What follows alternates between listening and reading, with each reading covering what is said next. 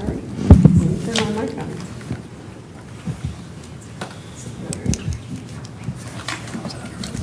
There you go. Okay, you all. Okay, sorry. The Planning Commission meeting for Monday, August 19th, 2024 is called to order. Everyone, please rise for the Pledge of Allegiance. I pledge allegiance to the flag of the United States of America and to the republic for which it stands, one nation, under God, indivisible, with liberty and justice for all.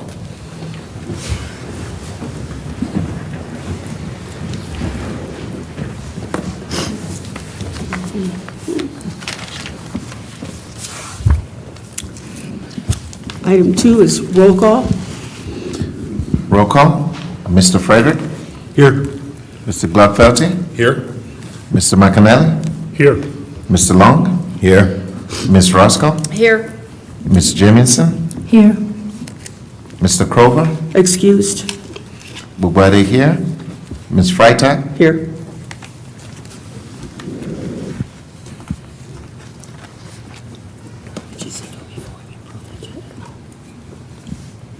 Just go ahead to the next item. Approval of the agenda. Madam Chairman, Yes. I make a motion that we modify the agenda to move item 7 up to before the public hearings. And then we're also going to take the text amendment under public hearing B and move that to new business.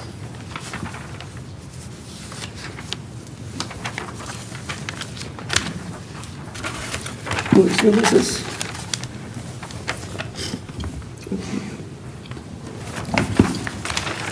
All righty. This was a request that was made. Is that done? Okay. So move.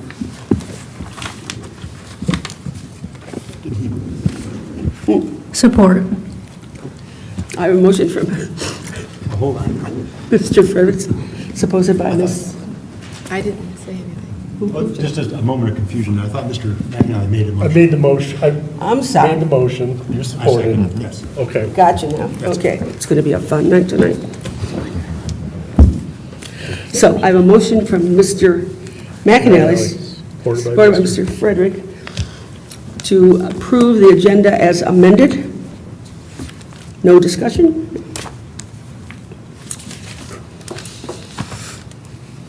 Mr. McAnally? Yes. Mr. Frederick? Yes. Mr. Gladfelty? Yes. Mr. Boboade? Yes. Mr. Long? Yes. Ms. Jemison? Yes. Ms. Roscoe? Yes. Chair votes yes. Agenda is approved. We'll go back to the regular stuff. Item 4 is approval of the minutes. So moved, Madam Chair. I support that motion. I have a motion from Mr. Gladfelty, supported by Mr. Long, to approve the minutes from the regular planning commission meeting held on July 15th, 2024. Any discussion? Hearing none. Mr. Gladfelty? Yes. Mr. Long? Yes. Mr. McAnally? Yes. Ms. Roscoe? Yes. Ms. Jamison? Abstain. Mr. Clovis? Mr. Frederick? Yes. Mr. Boulade? Abstain? And the chair abstains. Motion is approved.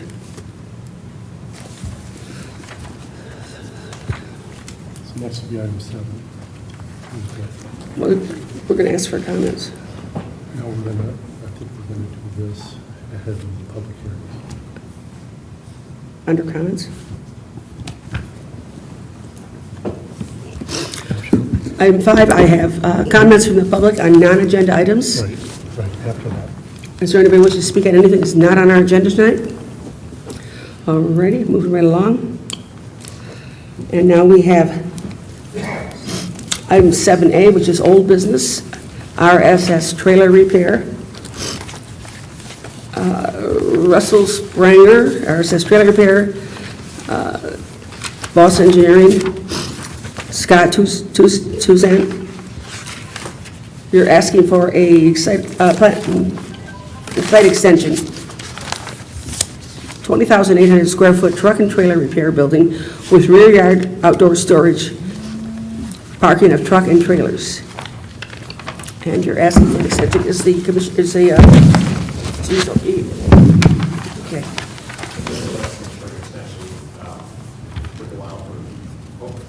Certain things that he don't have.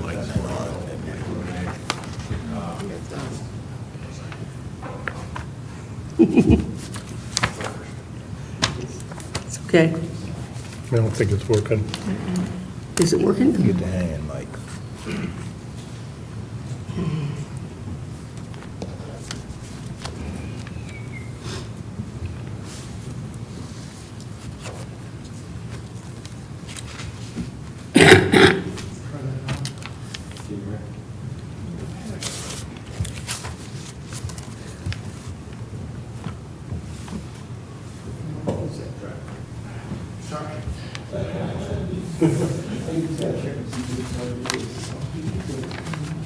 Are we good to go?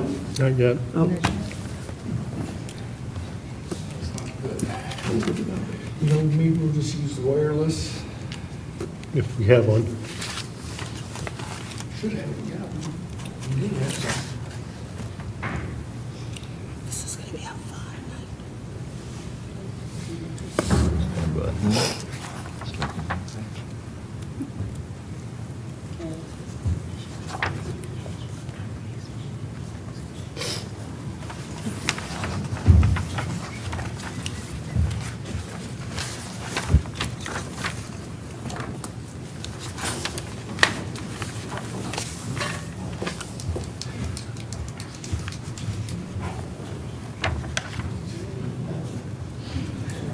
Try this one, that one don't work, we'll get it when we're in the.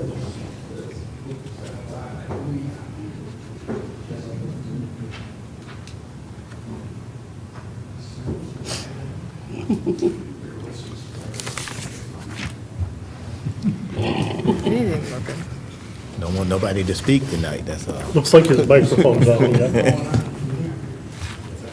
Is your microphone on or off? Go ahead and speak into the microphone, see if it works. Hello? Perfect, we're good. There you go. Which one is this? Savoy or? No, no, RSS. RS training. this is RS trailer, yeah.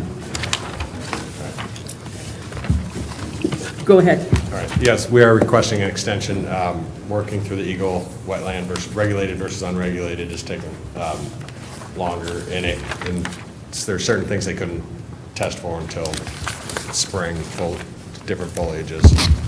And so that part's done now, so now we're able to continue the process. So you're ready to move forward? Yeah. Within this year. Yeah. What's that? Within this year. That's within the next 12 months, yes. I don't think we'll break ground before the end of the year, but it'll be by spring. Okay.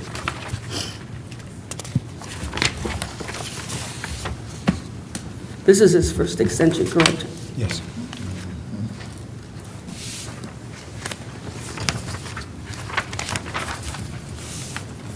Madam Chairman, Go ahead. if there are no comments or questions, I'll make the motion to grant a site plan approval extension for SPR 2022 RSS trailer repair, which will until September 20th, 2025, subject to the 5 items listed in the planning summary report on page 2. So moved.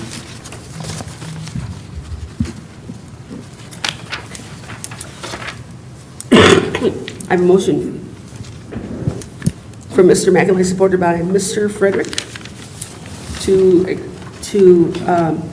extend a one-year extension to SPR 2022030 RSS trailer repair, subject to the 5 items on page 2 of the planner's report. Discussion? Mr. McAnally? Yes. Mr. Frederick? Yes.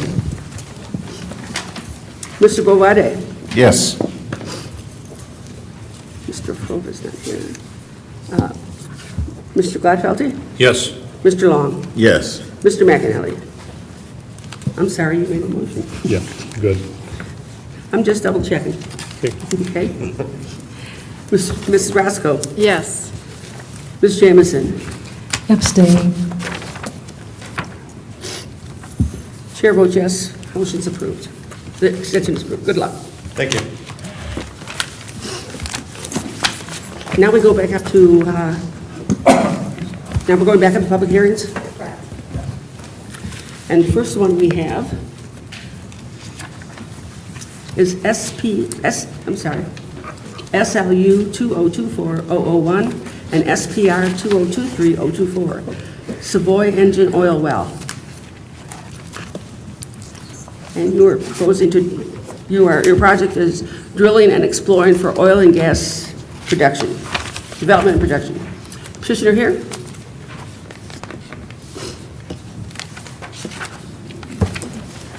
If you could just give us your name and address for the record? Excuse me?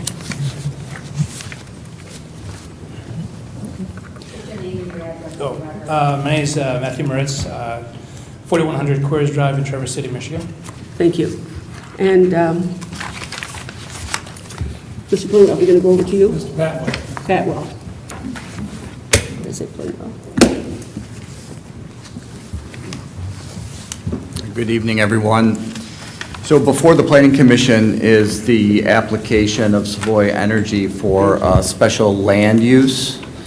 This is under sections 1113 and 1805 of the city zoning ordinance.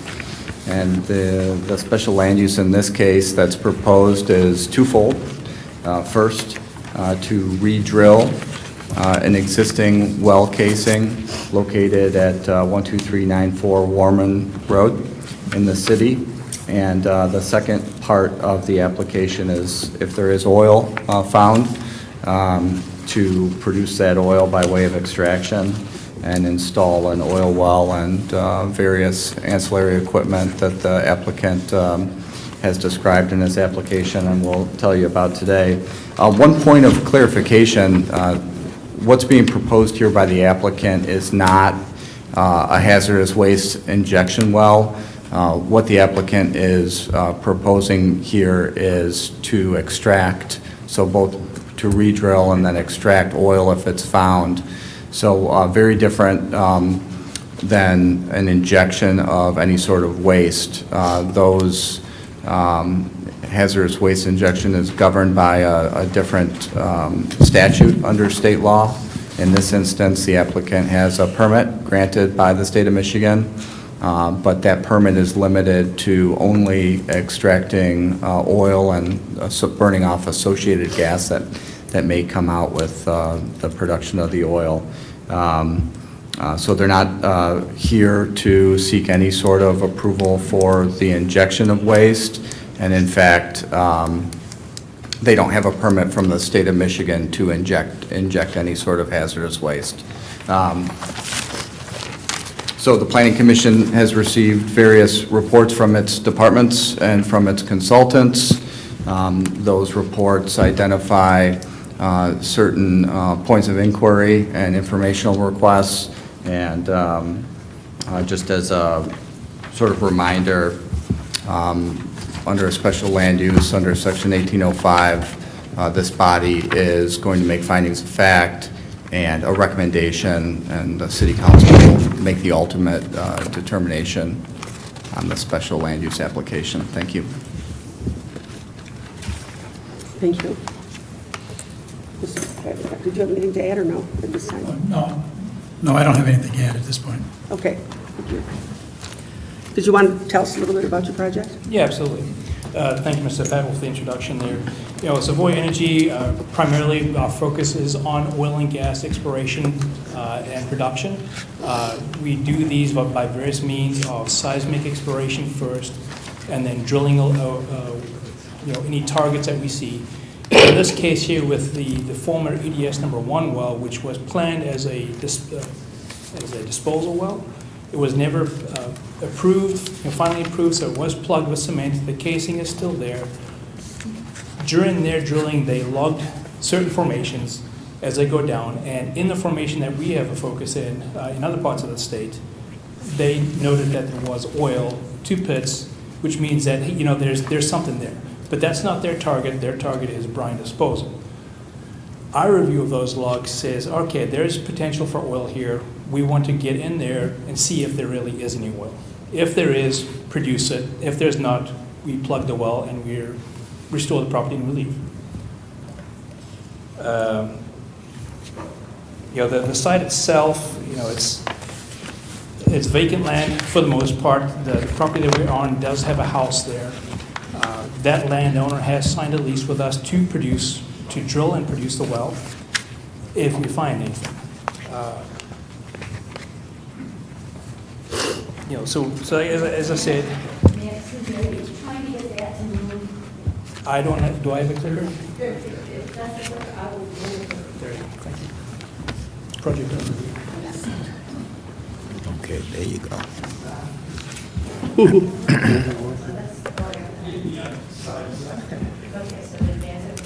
Okay.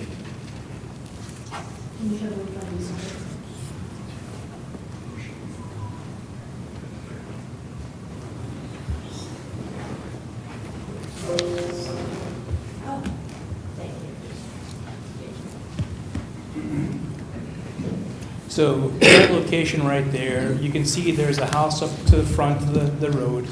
Our location's in the back, closer to the railway.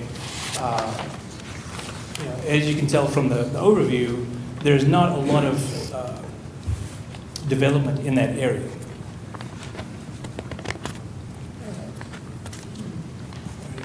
So as I was saying, the EDS number 1 well was drilled in the 90s. It went down to about 4,500 feet. Our intended depth is 3,500 feet. So whatever they were focusing on down there, we're not getting anywhere near that. We're going to be up in the Trenton Black River Formation, like as I said, in other parts of the state, that's where we have found a lot of oil and have been producing there. One specific area is over in Calhoun County, where we have dozens of wells, and even over here on the side of the state by Adrian, city of Dearborn, we have several wells here as well, also in the same formation. As to the site itself, because we're back in the landowner's field, we plan on just laying some gravel so we can get to the well site with our drilling rig and supporting trucks. Any soil that's on the location, we push that back so that we can restore the site later. And being that the property is relatively flat as it is, it won't take a lot for us to get a steady base to place a drill rig. We'll bring in steel tanks for water for our drilling process. We're not drilling a water well. We're not using any water from the area. We're bringing in our own water. The entire setup is going to take us about 3 days from grading the surface to being able to start the engine to drill a well.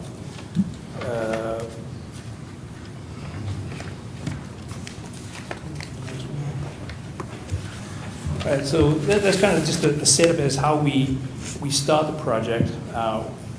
Once we have that engine run up and we start drilling, first before we start drilling, we actually install a blowout preventer, which if there's any pockets of overpressure, this annular will shut off and protect the area environmentally and stop any kind of production or any drilling. Then we're going to drill the cement out. It'll take about 6 days to drill the cement. Once we're down to our intended depth, we will log the depth we're interested in and see if there's anything really viable there. If it comes back, we move on to facility construction. If nothing, we plug the well and we restore the ground. Now, if it is a productive well, we'll install all our equipment, which would be a wellhead and a pump jack. heater treaters, storage tanks, flare for any potential gas that comes up with the well. And once we get this product to the surface, it'll go into a tank, it'll separate off the water. The water gets hauled off and disposed of by a licensed and insured water hauling truck company. And any of the tank batteries or heater treaters, anywhere that the product will go to, has a secondary containment area, which is a berm with a plastic liner to protect the soil in that vicinity. So if there is any kind of leak, we catch it, we can remove it, and there's no harm to any of the soil. Anytime there's a load out, so a truck will come in, pick up the load, and leave, all of that happens on a concrete pad with a concrete cellar. So when they are done, if there is any spillage, taking the disconnecting the tanker, there might be a few drops, but it goes on concrete, gets cleaned up, and if there's any excessive water in the secondary containment or the basin, that gets removed with a pump into a truck and is disposed of appropriately.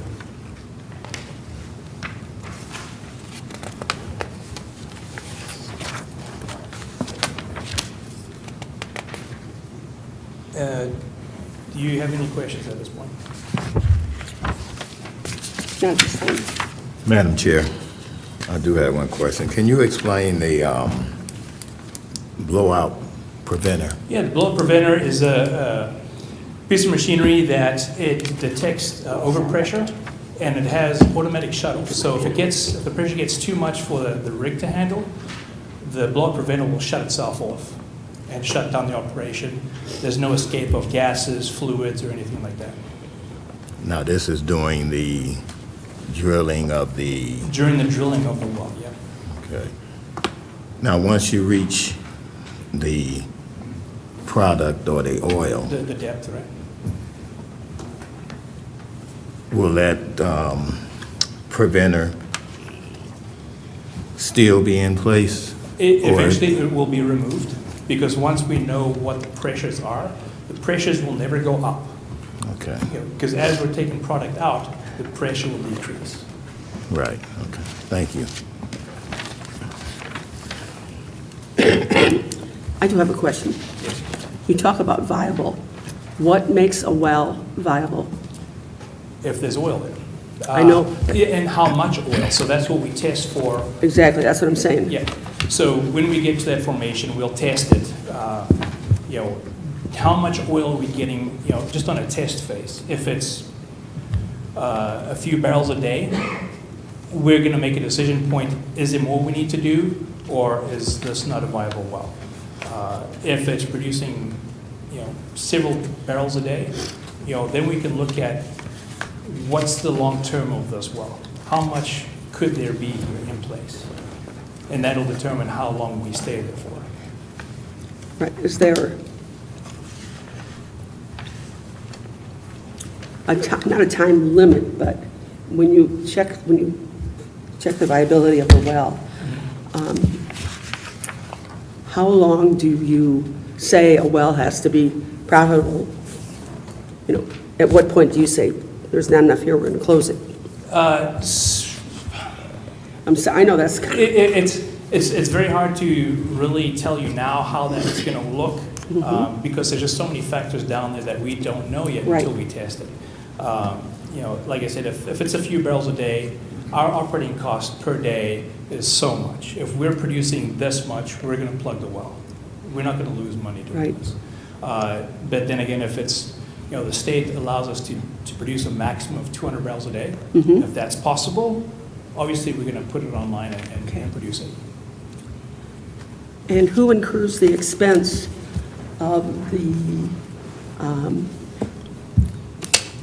drilling? All of the expense is Savoy Energies. Pardon me? Savoy Energies. So from the drilling to the producing to the restoration, it's all borne by Savoy, all those costs. So the leasee would eventually pay those? In other words, if you get oil, okay, and however many people you have involved in that well,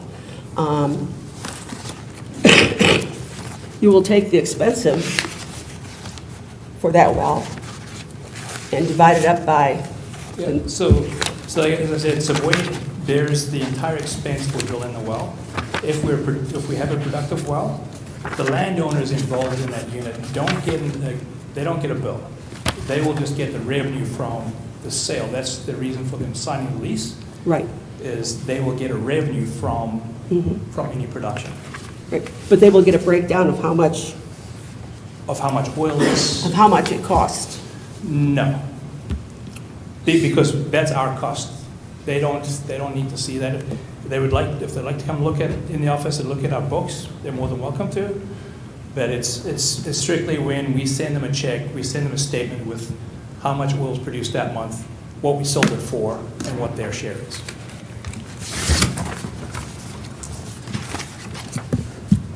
So they don't know what the expenses are that's incurred.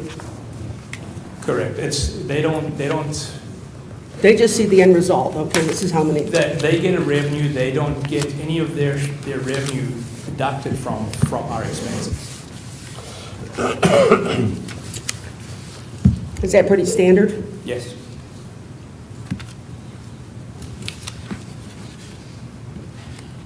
And until you find out how much oil you're gonna get from this, you don't know how many acres are involved. That's where the state delineates. I know. For this formation, they allow us to drill on 40-acre units. So we don't know exactly where in that 40 acres the oil's coming from, but that's Right. a standard set by the state. So Right. everyone in that 40 acres is going to get the revenue. Thank you. Yeah, makes sense. Mr. Hathaway? If no one else has, I have a couple of questions. You indicated that there's going to be a pad at the wellhead where the truck loads, Yes. secondary containment pad. Mhm. You proposing any secondary containment for the egress of the truck across the property back to Warman Road? No. Because once it's in the tanker truck, that's a sealed vessel, same as if they're going down the highway. Well, assuming the valves were closed correctly. I would hope they are, yes. How about, what are you proposing to do about Warman Road, which is currently a gravel road? Surprisingly, I stopped by there today, and that road is not gravel. It's paved. It's asphalt. So It's got some chip seal on it, but I think there's completely... It's got a black surface to it. I don't see any gravel.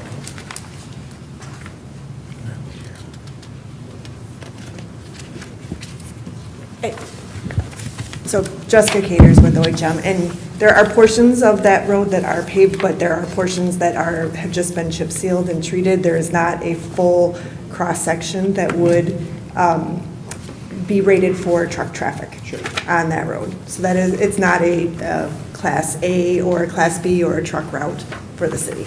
Right.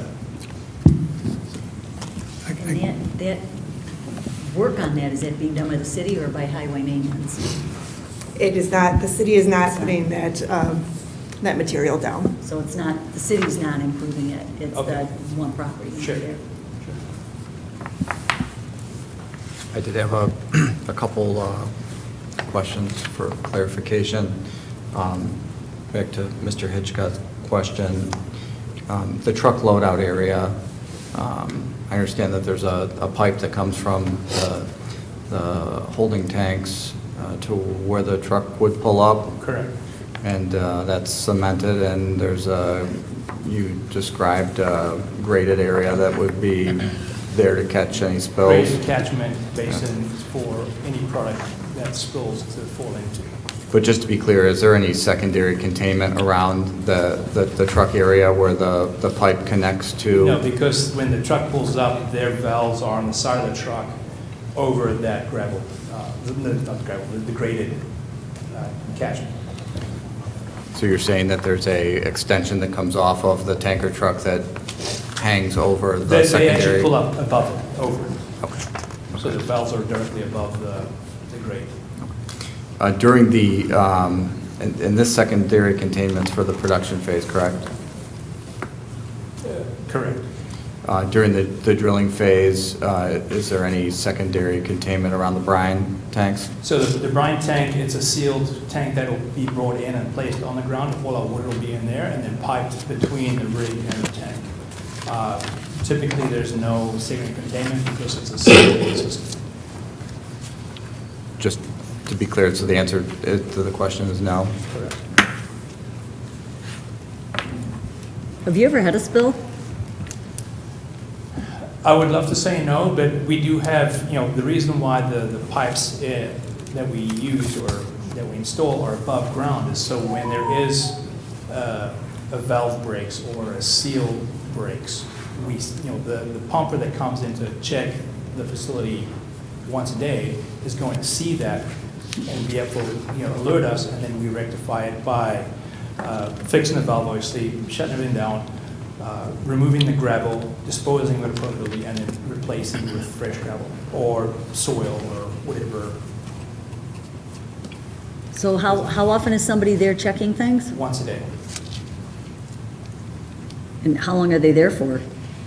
It could be an hour, it could be 4 hours, depending on what's on their to-do list to check systems, check valves, check shuttles, make sure everything's working as it's supposed to.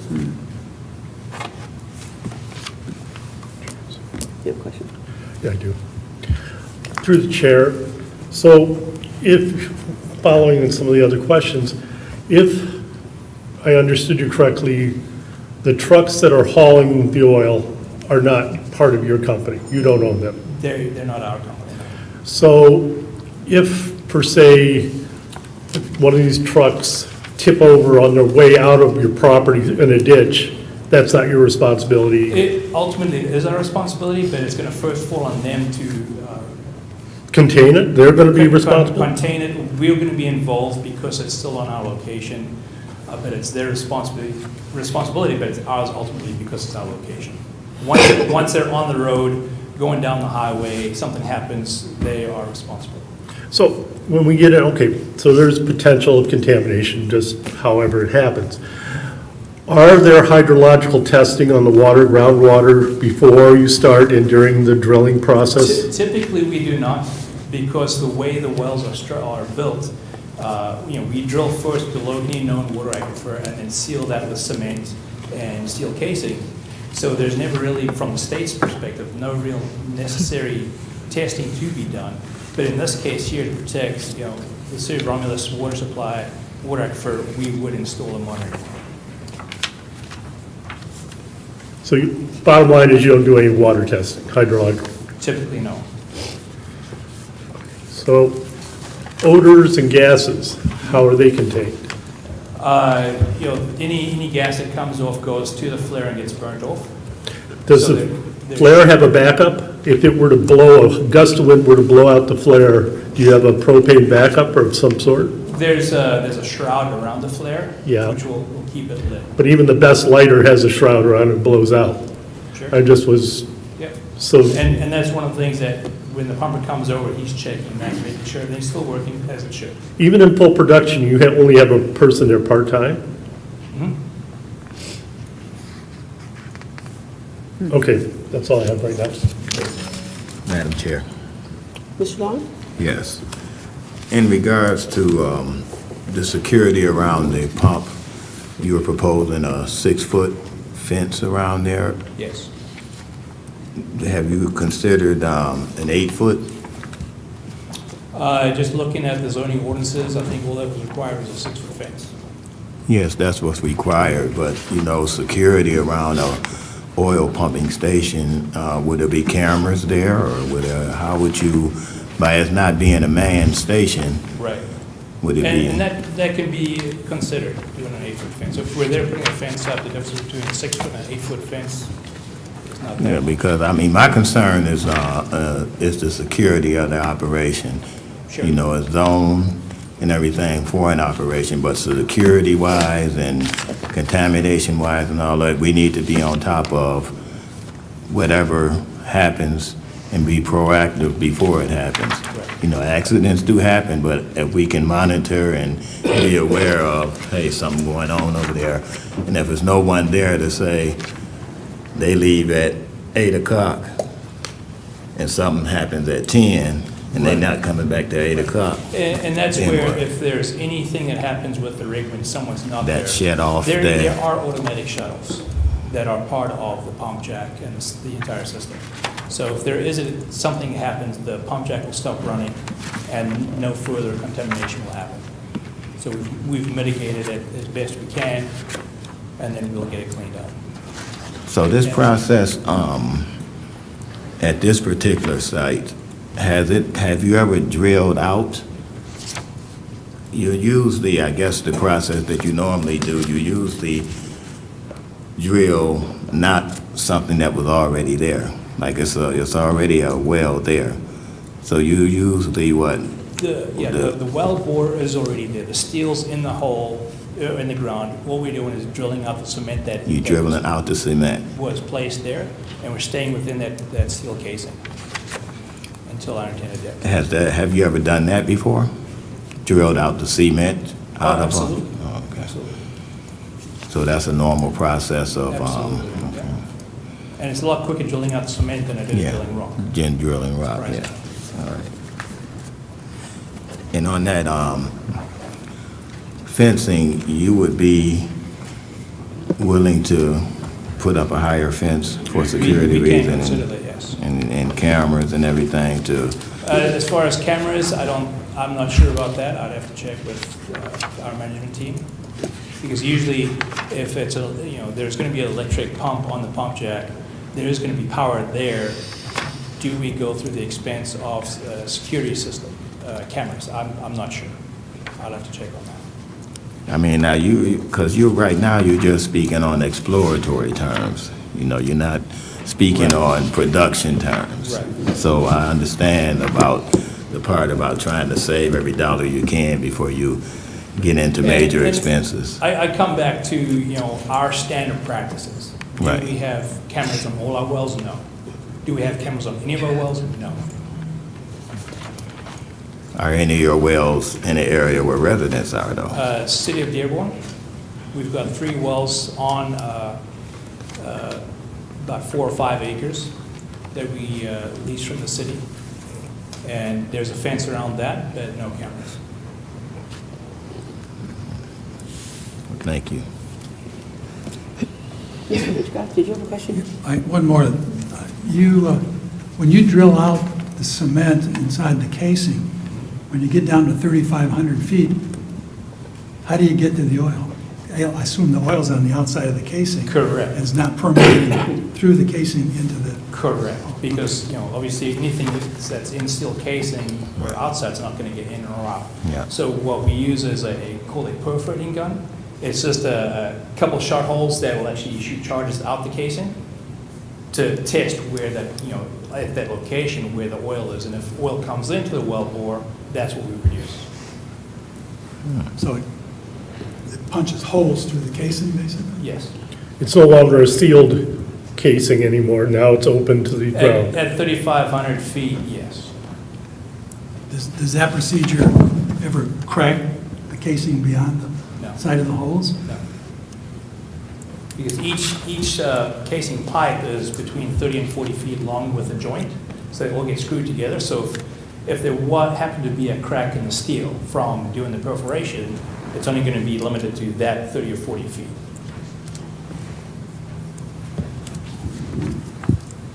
I'm all set. That's it. Question also. Ed? I have a couple, Edna, go ahead. So you mentioned 3 wells in Dearborn? Yeah. How long have they been there?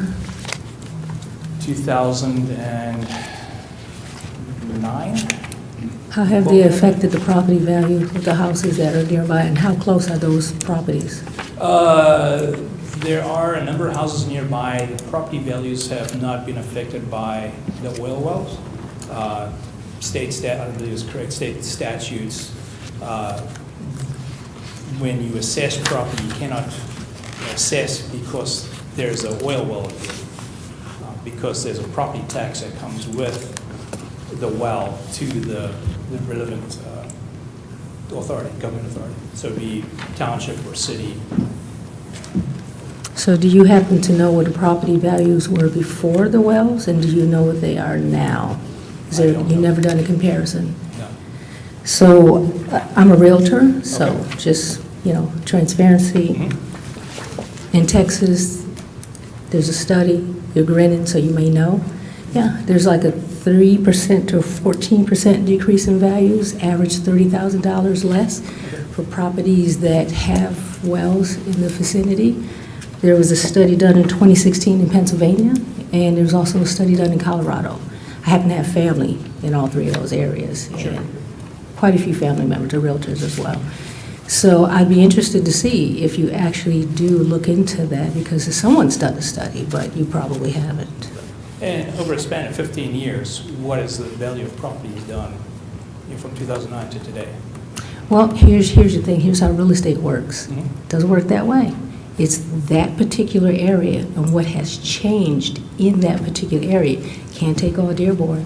Have to take that subdivision area and see what that looks like. Right. That's how real estate works. When you do appraisals and things like that, and when we do comparative analysis, how close is it to a landfill? How close is it to an airport? How close is it to a firing range?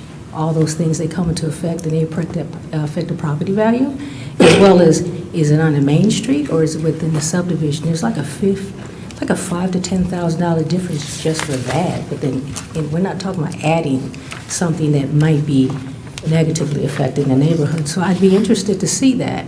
Do you know how close this well will be to the nearest subdivision or the nearest neighborhood? 3/4 to a mile? So I read on someone's paperwork, it said the minimum is supposed to be 1,000, but it's actually 977 feet. That's to one residence. It's still not a to resident. subdivision. It's a resident, though. I'm not talking about a whole subdivision, but it's a resident. So the minimum is supposed to be 1,000, and the paperwork I read said 977 feet. Granted, 23 feet, but it's still not the minimum. So as a realtor, these are just the things that I look at. I have clients who wanted to build Northville, near those dump stations area, houses $500,000 and up. In the summertime, when it got warm, it didn't smell that great for people that were building $500,000 and $1 million up houses. So they put some additive so that it didn't smell as bad. It still smells not as bad. I actually have friends that live over there. But my concern is, what does that do to a person's respiratory system? In Michigan, we have people with issues that have allergies, asthma, sinuses. In Michigan, we're known for it. Any additives in our air makes that worse. My voice right now is the way it is because of our changing season, because I have respiratory issues. So those are things that are sensitive. So my question is, with your drilling, and if you do find, and if you do produce, what effects is that going to be to the air quality, pollutants and toxins and things like that? Have you done studies in areas, air quality before, air quality during, air quality after? Right. So we do manage, or not manage, we do track our methane emissions. It's EPA regulated, or it was, now it's under EGLE. So I don't have that study. It's our engineering side that'll have that. I'd like to see that, and just for the record, I don't trust EPA. I'm just saying. But anyway, so I did look at those areas that I mentioned with Colorado and Texas and Pennsylvania, and they have studies. Children with deformities, people with asthma, people with emergency runs that have conflicts due to the air pollutants and the toxins. I'd like to see studies. I need to, because it's a huge concern. And even though one resident is 977 feet away, those things travel for miles. And so that would be a concern, because to me, it doesn't sound like a benefit to the city. It sounds like a benefit to the company. The other concern I have is that we have this huge sign that says Romulus, the gateway to the world. And when you fly over the airplanes, you're going to see a huge pump. That's not really what we want to see for the city, I wouldn't think, but, if it benefits the city, and that's what I'm concerned about overall, the residents. But some of this other information, I definitely need to see some before and after studies of other areas where you've drilled. I'd like to see Dearborn and Adrian, because you didn't mention Adrian. How close are the houses to that, do you know? Pretty close. I'd like to see some studies on that and see if there are people there that have increased amount of, well, it depends on how long they've been there, if they've had increased amount of reports of asthma or allergies or sinusitis, any respiratory diseases, any lung diseases, those type of things, any skin diseases, any rashes, anything happening with the water. Not enough information, but I'd like to see those studies if you have them. I can look for them, yeah. To have an idea, Jessica did do some measuring. You were asking about distance. In Grant Road, which is to the north, and obviously the north is all residential up there, 1,275, 1,275 feet. Thank you, Jessica. And one last question I did have with the drilling. I also, with some of my studies saw, I mean, not just to mention the greenhouse emissions, so that's another issue. As far as with, how does that disturb the earth? As far as with the drilling and the pressure, and then you mentioned about those caps that go out, does it disturb the ground and does it travel out? Or you're saying that it just stays in that one space? Because I highly doubt So that. the perforating gun will go out a couple feet. You will not feel that on the ground. It will make no changes on the surface. It's just strictly in that formation of rock. And nothing underground and nothing horizontal? Do you have some proof of that? Science, kind of what we've done before, without putting a camera down there to visually see what's happening. That's knowing the rock qualities, knowing the pressure from the perforating gun, you can have a good guess of how far that has actually affected the rock around you. Is there any way you can get us that information to verify that? Words are nice, but I You're like right. black and white. Yeah, I can see what we can get together. I appreciate that, thank you. Did you have a couple questions? Yes, just a couple of questions through the chair. In the packet, there's it's a map or a plot from Worth Surveyors. And on it, there's a pipeline that goes through the drawing here. Yes. Whose pipeline is it and what's in it? I forget the name of the company right now. Wolverine. But they transport gas. Natural gas to it? All right. It's probably either And- Wolverine or Buckeye. That's probably Wolverine. It's a Buckeye or Wolverine. Wolverine, that sounds familiar. And would you need their permission No, to be over their site? we're not over their side. Well, their pipeline runs on the corner, but we're not over their pipeline, and we're, and where the drilling is actually occurring is outside their safe distance. Gotcha. Now, just saying, how would you protect that pipeline from your activities on that site? Their pipeline's underground. I know that. That's how it's protected. I know there was an incident at a rail derailment years ago where the equipment came in to move the train back on the tracks, and there was a pipeline there that nobody realized that they damaged when they were doing what they were doing. Okay. And weeks later, there was a massive explosion. I know the pipeline's under the ground and it's out of sight, out of mind, but we know it's there.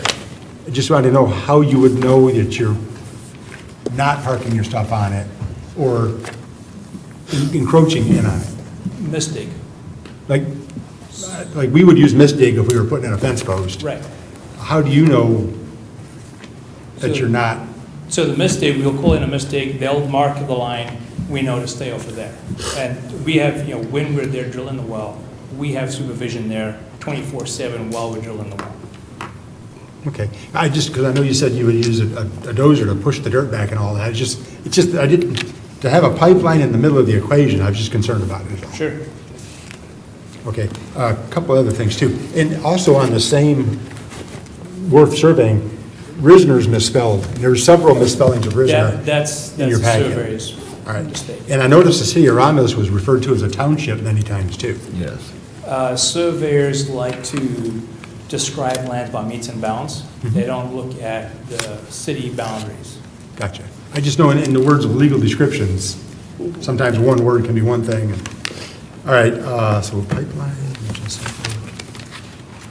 Okay, so back out to Warman Road.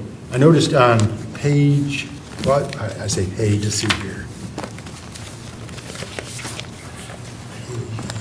That no permit had been required from Wayne County yet, or obtained from Wayne County. Correct. For crossing the Hale Creek drain.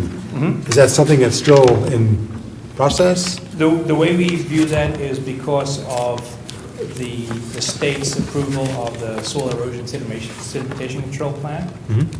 That gets forwarded to the county, and in the document from the state, there's no further action is needed by the county. Okay, it wasn't listed in your, it didn't say that in here. Okay, Jerry? Through the chair, the soil erosion permit, the soil erosion department in Wayne County is separate than the drain commissioner in Wayne County. Those are two separate permits, and having the soil erosion approved at the state level does not necessarily negate any negative impact to the drain. Those would be two separate permits issued by Wayne County. gotcha. It's just the way I interpreted it was that they were concerned about We the are. load on the, We are. We have noted that we are concerned about the structural integrity of the culvert and any impact to the Hale Creek drain as it currently stands. I would not agree that the state dismissal or the state approval of the soil erosion permit would negate any means to, or need to talk with Wayne County. gotcha. Yeah, that's what I was thinking when I was, okay. Also, on, and I don't know exactly what page it is, but it's in your report, well, I guess it would be all part of the January 3rd, 2024 information. It mentions a public service access, and on here it says, the site can be accessed from an existing drive that loops from Warman to Northline. That's not true, though, is it? Yes. You have access to Northline Road from your site? So there's a two-track that goes around and bends down to go towards North Line, but that's a separate owner that owns that piece that actually joins North Line, which we don't have any control over. All right, but in your report, it said the site can be accessed from the existing drive that loops from Warman Street to Northline Road. And that's- Indicating we were coming from Warman Street is what that intended. No, it's a loop is what it says here, to Northline. That's very inaccurate is what the point is. Now, that kind of dovetails a little bit to what the fire chief was saying. He has 13 concerns on his report.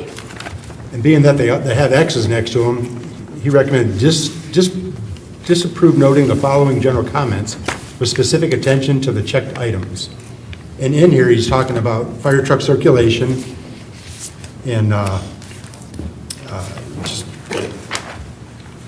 just a bunch of stuff here. 13 Can different. I note that we don't have that report?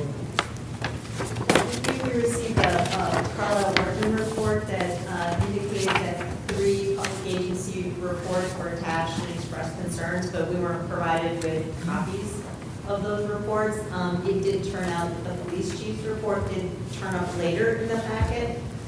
His concerns, he didn't seem to have any significant concerns as long as the facility was operated according to load restrictions and the like, but we would appreciate being able to see the comments of the fire chief. Because those have not been shared with us yet.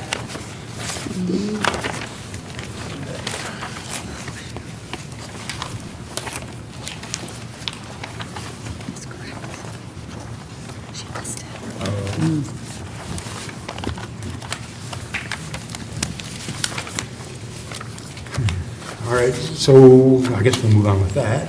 Carol? So you have a copy of the fire department report, but you didn't in the packet that was in the emailed over. Yeah, the Carlisle Workman report made reference to a site plan checklist that apparently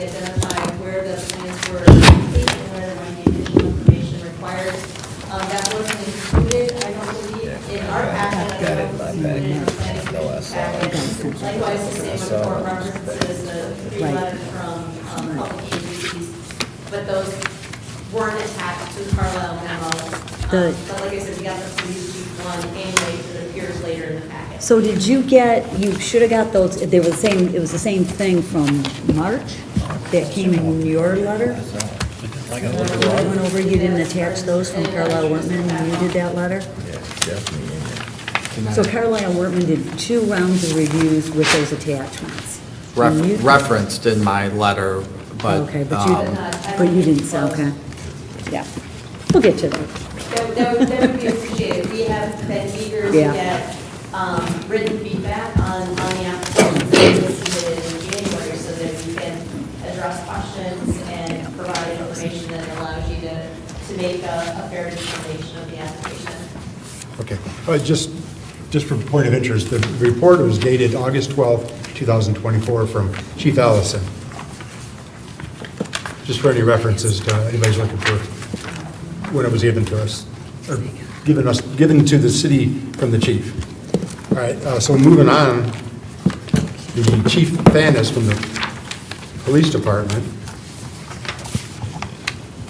he didn't believe it had any negative impact on parking, no public streets in the area. His only traffic-related concern would be the tanker trucks utilized to retrieve the product.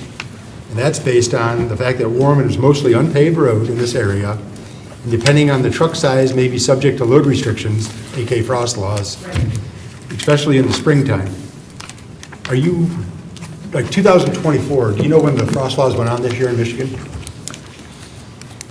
This year would have been, February, March somewhere, and lasted for a handful of weeks. So I looked it up online. It was February 2nd until April 15th, 61 days straight. I know that would affect your operation because I seen in there where it says like 150 barrels during springtime restrictions. Correct. I just wanted to get that out clearly. That's the chief's concerns about the frost laws. Not preferably by, and then, let's see here.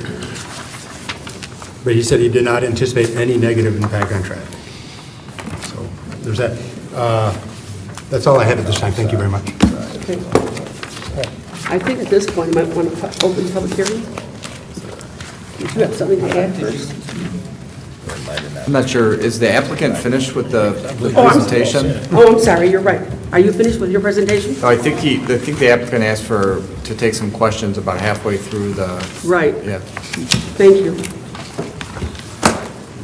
I guess we go back to you. Emily, can you talk into the microphone? Yeah, it doesn't get picked up if you're Matt, I not don't know if talking. you wanted to walk them through the cross-section, or if you have questions for Matt about the cross-sections that show the tanks. When you have multiple tanks, they're referred to as tank batteries. And the shrouded flare that would be incorporated to deal with any combustible gases that might come up during the drilling So operation. this relates to the question I asked through the chair earlier, where the loadout is. That's where the trucks pull up? Correct. And then underneath there's a graded area. What's the? So it's a graded surface with a concrete basin. And I graded, G-R-A-T-E, not graded, grated. So there's a metal grate that sits on top of a concrete basin that acts as a catch basin for any materials that might spill. I think of like the Mackinac Bridge when you're driving over the grate. Kind of like that, but there's a concrete basin, not the Underneath it. big lake. What's the volume of the basin? There's dimensions on there. 648 cubic feet. Is that less or greater than the amount of volume going from the tank to the truck? That would be a few barrels. Few barrels.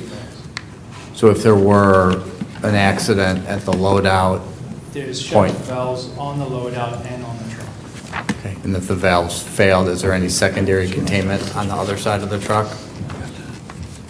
No. That's a, No, that's, I would assume, no, I'm not familiar with the trucks at all. I do know they do have shuttle valves. okay. Thank Now, you. if they have a second one, that I don't know.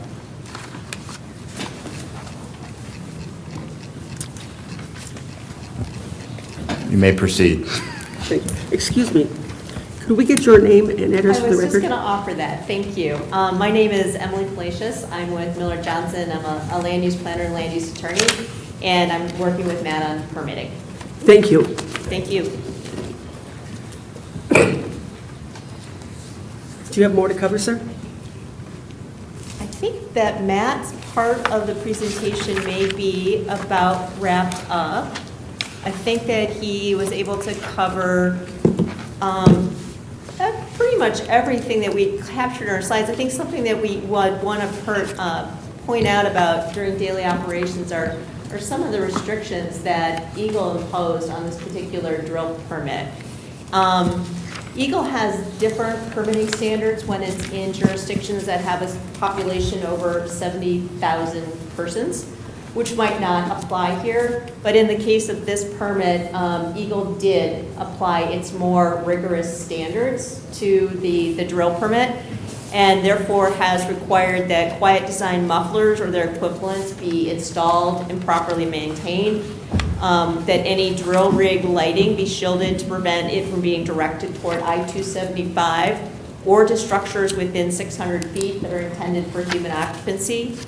It is requiring the shrouded flare, and so that is in part to keep that from being visible to persons in the area. They have limited operations to daylight hours that occur between 8 a.m. and 8 p.m. And then also have capped the maximum allowable production rate at 200 barrels per day. And so these are things that the state has done on its own initiative that are over and above with respect to this permit.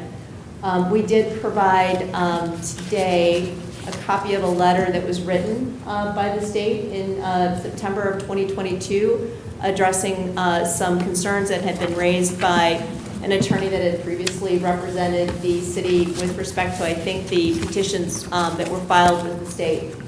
And I think that letter is very helpful because I think it reveals how the state approaches the permitting and how the state really places a priority on making sure that there are not environmental impacts that are caused or created by projects such as this. It is Eagle's job to protect the soil, groundwater, and air, and they are doing so through their permitting processes and have gone over and above in this particular case.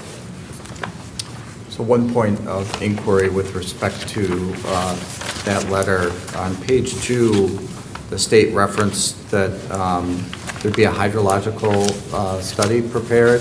Has that been shared with the city, or has it been prepared?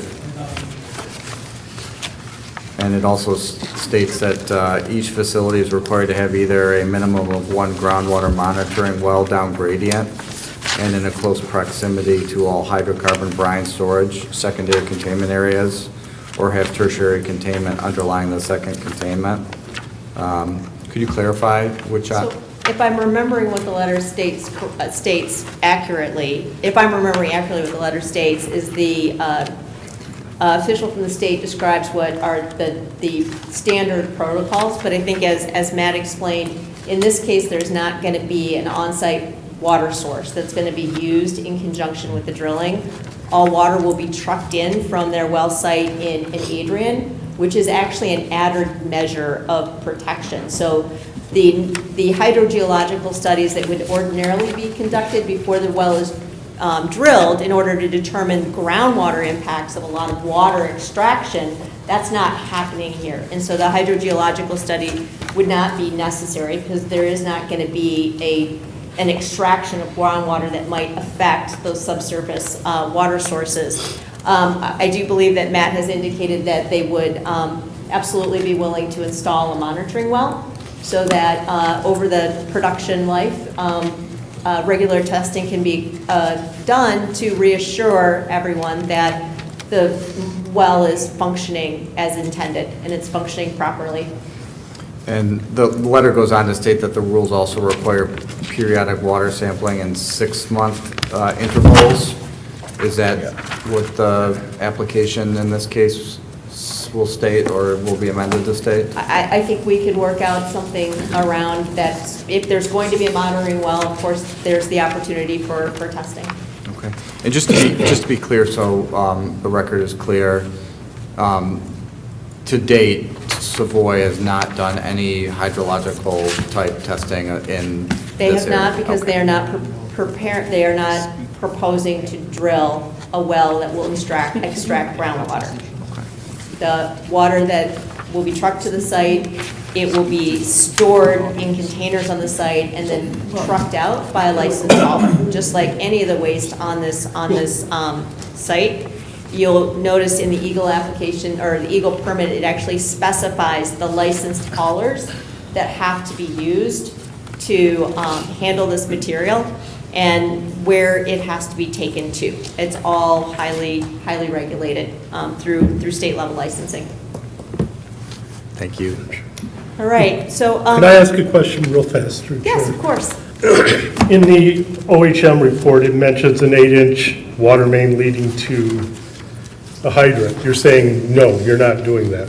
I think that has been something that has been recommended, but is not what is standard practice at one of these facilities. It has been the Well- experience of the operator that a fire tanker truck can handle anything that might come up, in part because of the way the automatic shut-off procedures operate to minimize the risk of there being any fire. In our notes, it says the applicant is proposing, not we are proposing, so, Correct. It is shown on the site plan that was submitted. There is an 8-inch oh, I couldn't proposed. read that site plan. It was just, But it is shown on and it is a requirement of both the fire department. so you and can then understand also- how we get a bit confused with 15 different things being said in 12 different ways. Yeah.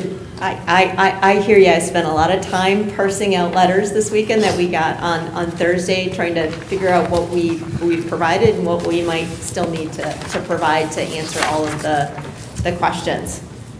There's been a lot of information. The original application ran more than 50 pages. And so there was a lot there to parse, and we're happy to continue to provide information, including with respect to how these wells have performed from a social and economic perspective in both Dearborn and Adrian. I don't think that you've heard about any problems with wells in Dearborn, so I think we're going to be able to come back with some neutral to positive news on that score. So my part of this presentation is going to be to talk a little bit more about the zoning, because I'm not the expert that Matt is on drilling, but I do have some experience in planning and zoning matters. Just want to remind the Planning Commission that this site and really all of the properties adjacent to it are zoned M1 light industrial, and that's true of all the properties that front the segment of Warman between Northline and Grant. Per your ordinance, oil and gas wells are special land use in M1. That's why we're here tonight having this public hearing. There is also a set of use standards that you're asked to consider as part of this application. They're found in section 1113B. And we just wanted to take a few minutes to point out where we think we are in terms of compliance with those requirements, recognizing that we've heard questions tonight that we will come back with answers on.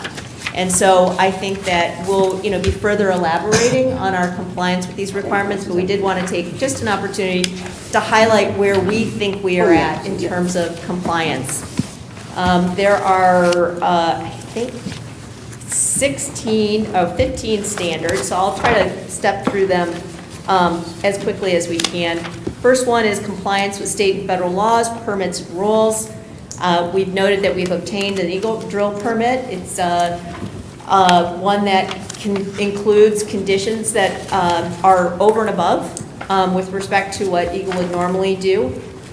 We have completed the SC plan requirement with the county, but I agree with your city engineer that the drain commissioner is a separate review. There has been an environmental assessment plan that has been submitted to the state, and then we have obtained the FAA determination of no hazard for a structure upwards up to 100 feet above ground level, which is taller than the well structures that are contemplated here.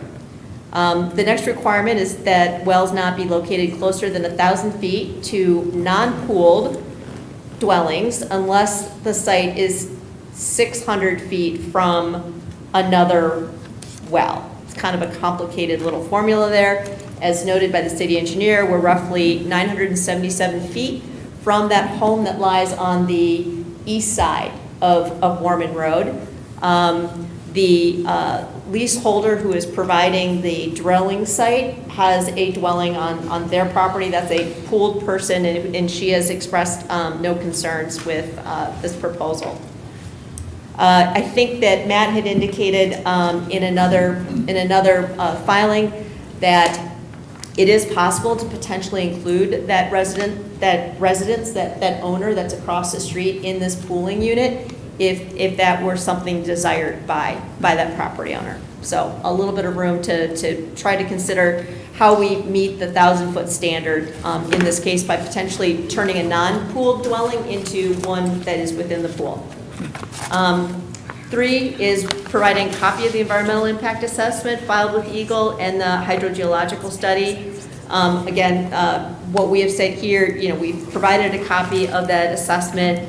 There has been no hydrogeological study at this point because there's no on-site well proposed. That is something that is consistent with Eagle's understanding. And then what we've also provided is information regarding the secondary containment that will exist around the wellhead, pump jack, tanks, and equipment. And importantly, that secondary containment will provide for 1.5 times the volume of the enclosed tank battery. And so if all of the tank battery were to form leaks and start leaking materials, it all would capture within that secondary containment, and there would still be 50% more available to continue to capture liquid. So it's over-designed in terms of its ability to capture overflow. Number 4 is filing 24/7 emergency contact information with the city. That information has been indicated in the application and would be posted at the site as required. It is the case that the ordinance requires the facility to be enclosed by a 6-foot fence, but if the planning commission were to recommend that an 8-foot fence would be more appropriate in this location, I think we heard from Matt that they would be open to providing more than what the ordinance requires. But we started with what your ordinance indicated should be provided. Number 6 goes to dust control, noise control, vibrations, fumes, odors that might adversely affect the persons living or working nearby. One of the things that we think makes this a more suitable location for this type of use is really how remote and isolated it is. There is one dwelling across the street. There's one dwelling that is on the leaseholder's property. And other than that, the vast majority of the immediately surrounding parcels are vacant and relatively heavily wooded. We are adjacent in part to I-275 and to the CSX active rail line.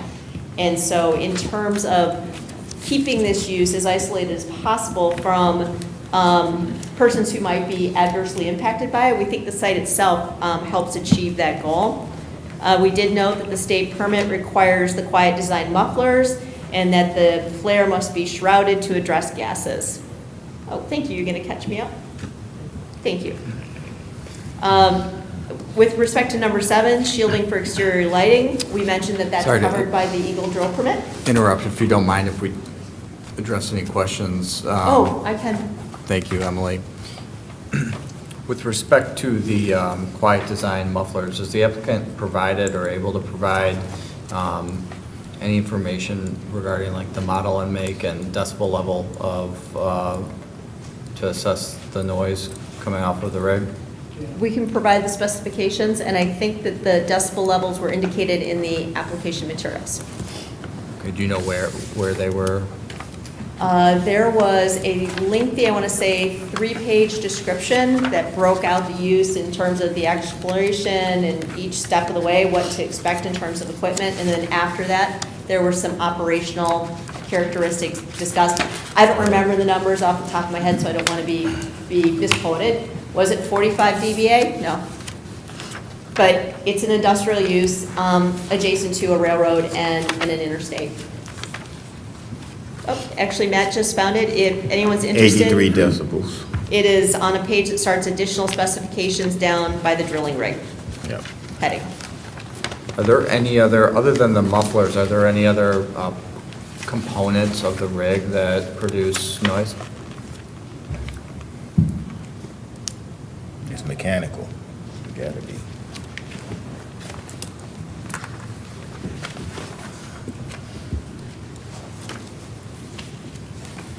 Should I continue? You should. Number 8 is a requirement to conform with the performance standards of section 8.05 during installation, drilling, operations, and maintenance. This is something that is sort of a twofold requirement, and that we do our best to try to demonstrate that our layout and our processes and our procedures will not create an inordinate amount of dust or noise or vibration or odor. But this is also a performance standard that allows the city to take affirmative action should they conclude that the facility is not operating as intended.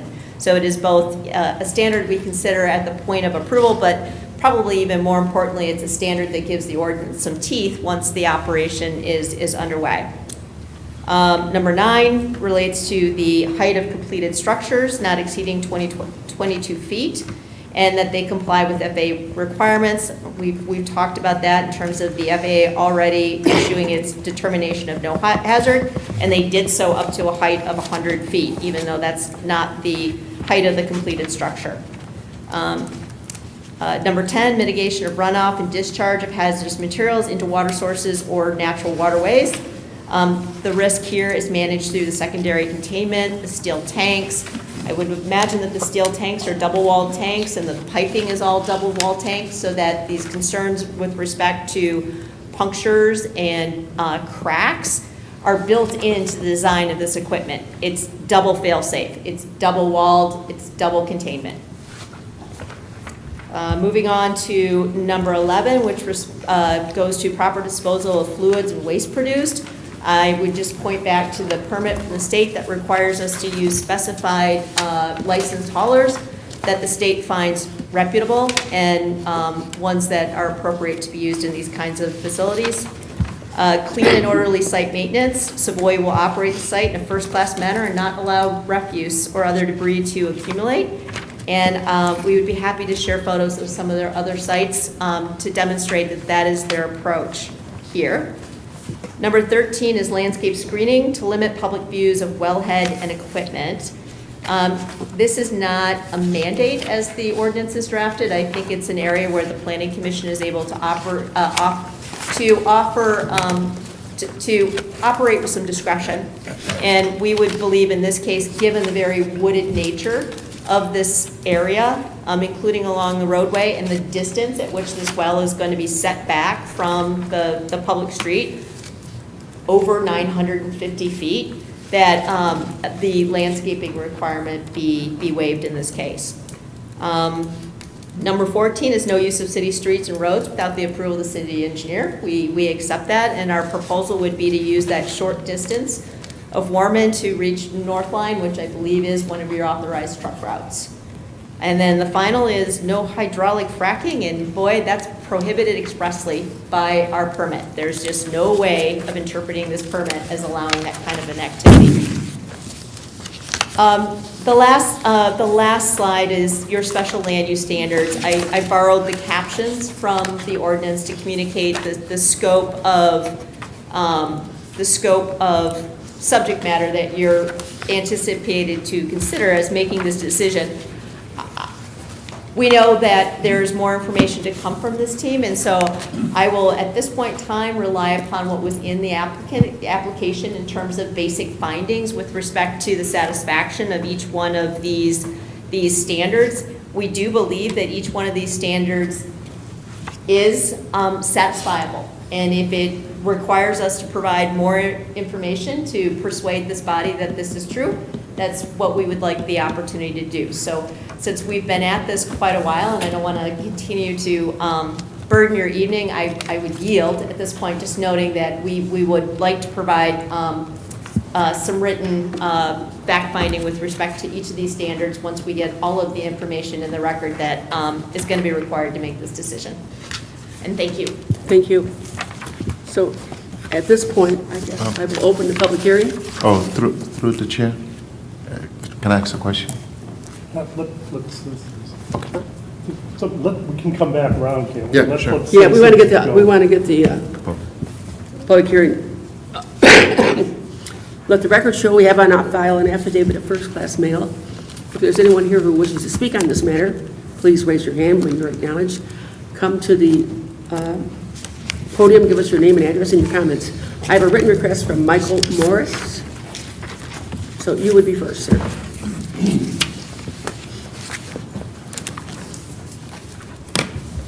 My name is Michael Morris, 12223 Warman Street. Not here to start a fight.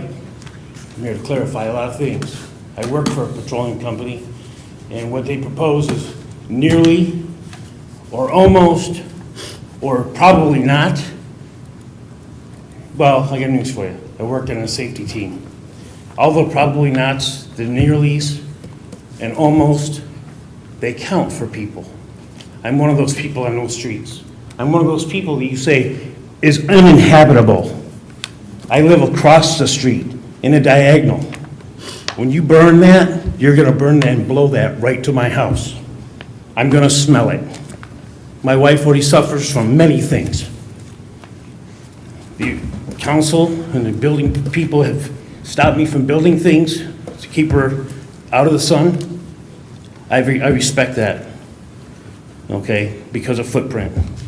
I do not respect a company that come in here and say that we don't matter. And that's exactly what you're doing. That road is used by the public, by children, to access the rack right down the road every single day of the summer, from the day it's warm until it's cold. From the said driveway you plan to use, I got news for you. That ditch is protected by many people, and I'm one of them. We already have a problem on that ditch. It needs to be fixed. It needs to be fixed before they move in. And they need to be held to every standard. 36-inch culvert, cement. It needs to be handled correctly. And so far, that road is being ignored. And the crown that you think is paved, it's not paved. It's not even close. There's potholes. The crown on that road will tip over us on my truck full of crude oil. Crude oil is not easy to clean up. I don't care how easy you make it sound. It is not. It is one of the thickest tars in the world. And what you're going after, people in this city have already closed that well. Why? Because of danger, because of too many things, too many environmental impacts. Do you know how many deer, turkey you're going to run off that are protected by the DNR? Do you know I've contacted DNR over their request, over the turkey that live there? You don't care. Don't even bring that to me. I don't want to hear it. And what you're going to do is you're going to force me to move again. And at this day and age, it's hard to do. So I appreciate you, Ma'am Medna. I appreciate all of your concerns. You've all had a lot of mine. I appreciate you all. But in my world, I will take it as far as I have to stop them. What they're doing is a very heavy impact to our environment. And that little stretch of road, that little stretch of wooded area should be protected, not given up to this non-noise, which is going to be very noisy and very smelly. Thank you. Thank you. Sir, you had your hand up? Oh, one more thing. Yes. I have here from Eagle and many people, many documents signed by our mayor that he doesn't want to hear. I have many things here that you people need to see. 64 pages deep of things that they say, no big deal. Well, if it's no big deal, why wasn't I contacted before they were? If it's no big deal, why did I have to hear through it from the city, through a letter? Why? Why weren't everybody notified? Why is there documents in here asking Eagle to keep it under wraps? It says it right here. I got it highlighted. Please don't tell anybody. I got it right here. Anybody wants to see it, I'll be here.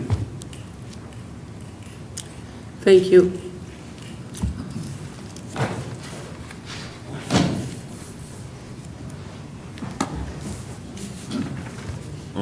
Yes, my name is Muhammad Williams, managing member of Sons Holdings One LLC. And we own the property right next to them, which is 4.55 acres. And they do not have our interest pooled in that 40 acres. And I'm sure they don't have the interest of other owners pooled in that 40 acres. They have lied to EGLE, and I've been in Matt's marriages. You're part of this conversation, so you know what I'm talking about. And you know when that property is foreclosed on, all the interest, the oil and the gas was vested into the foreclosing government unit. Your lease survived it, and that was it. Your lease expired in verbatim of Savoy.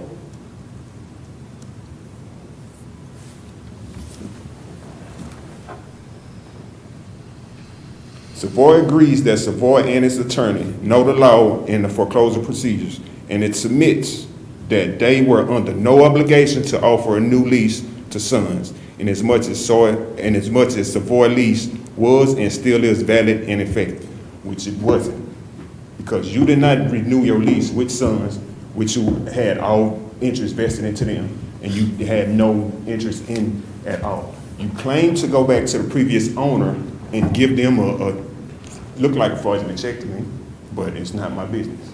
But you did not come to us, and you have no interest in coming to us to sign a lease. So your 40 acres with the pooled interest is a lie. And if y'all gonna get up and lie on that application with that and lie to the EGLE, I wonder how much more lies in y'all application. That's all I have to say. Thank you. Anyone else? Yes, sir. Come on. Hi, my name is Clemente Garcia, property owner on Mormon. And some of the things that, questions I have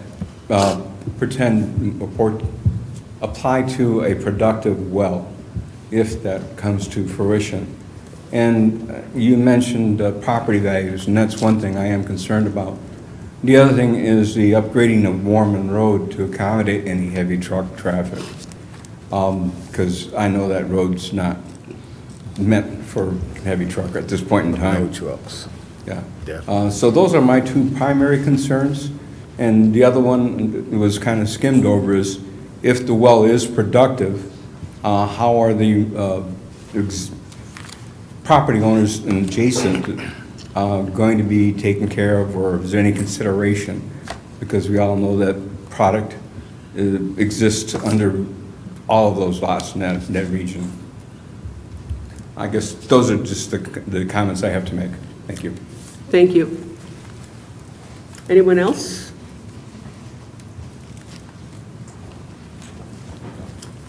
Seeing no one, I will close that portion of the meeting and open it back up to the commissioners, or, I'm sorry, Mr. Owade. Through the chair, I have a couple of questions. The Eagles report, it says that it's checked here, gas flared on site. Will you be flaring gas on the site? So the gas, so the produced gas, it's flared, right? But it's burned in that shroud. So it doesn't flare into the atmosphere.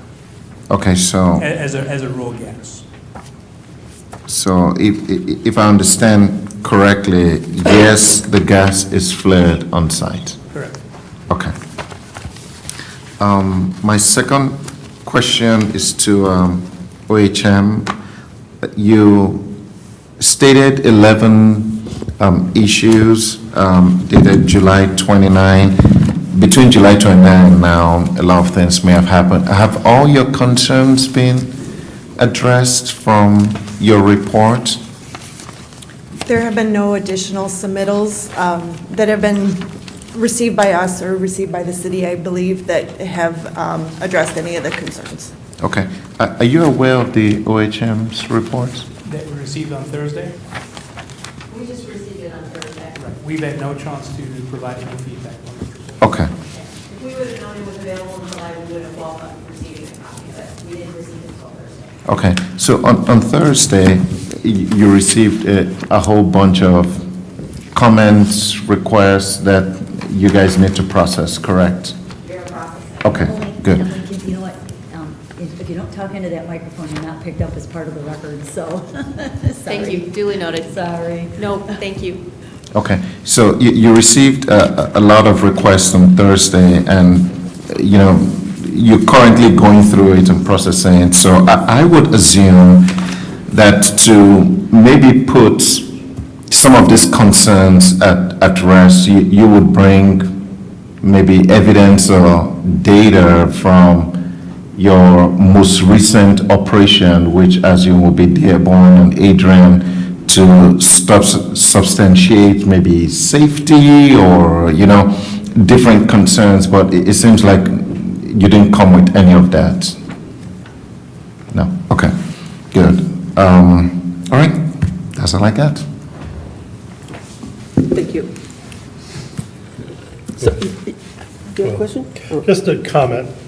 So, at this point, you're needing to review a lot of stuff, but you were talking about landscaping. One of the comments we've seen with other petitioners, it's not needed, you won't be able to see this from the road, You could provide some photographs proving out, hey, look, here's the roadway, here's photos towards the property line where we think this will be improved out, and then we could maybe leave it and have a better idea of whether we think that's true, because nobody wants to drive by and see an operation like that, if it can be visible from the road. I'm trying to think, as far as the reports, we have no answers to when and where they went. We got what we have, and there's a lot of questions and things that haven't been answered. So I'll just leave that at that. But that was my other comment on the landscaping. I'm done, Madam Chairman. That was my comment. If you receive things on Thursday and you haven't had a chance to review them or to be able to respond to them, at this point then, I would ask for a postponement until you have the time to read those things and I have the time to read those things. Is that- Let's verify that we have any more questions that they want to put out there before we do anything. Anybody have any more questions that need to go out there before we? Okay. Then, Madam Chairman, I'll make a motion to postpone to the next meeting SLU 2024-001, SPR 2023-024, for the commission to further review information, or for the petitioner further review and provide additional information based on the city professionals' reports that have been compiled with the applicant and come back at the next meeting. Support that. Go ahead. Interject something? Do you want to hold them to the next meeting? No. We need to establish deadlines and then get our team to review it and. Right. If they. Such time- just not knowing the We nature would of appreciate their- being on old business, and if it looks like we need to request a further postponement, we would like to maybe discuss that at a point in time, but we would very much like to keep up the momentum while everything's fresh in people's minds. So we'll leave it as And- next yes. meeting until something changes that pushes it out further. Yes, thank you. Yes. Do I have support? Do you have support? Yes. Mr. Long. Mr. Long? Yes.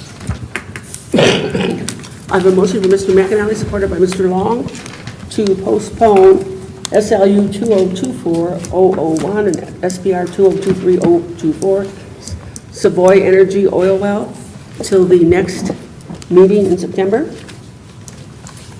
giving all the parties involved time to rehash the information that was supplied, so we can have answers from both sides, I guess.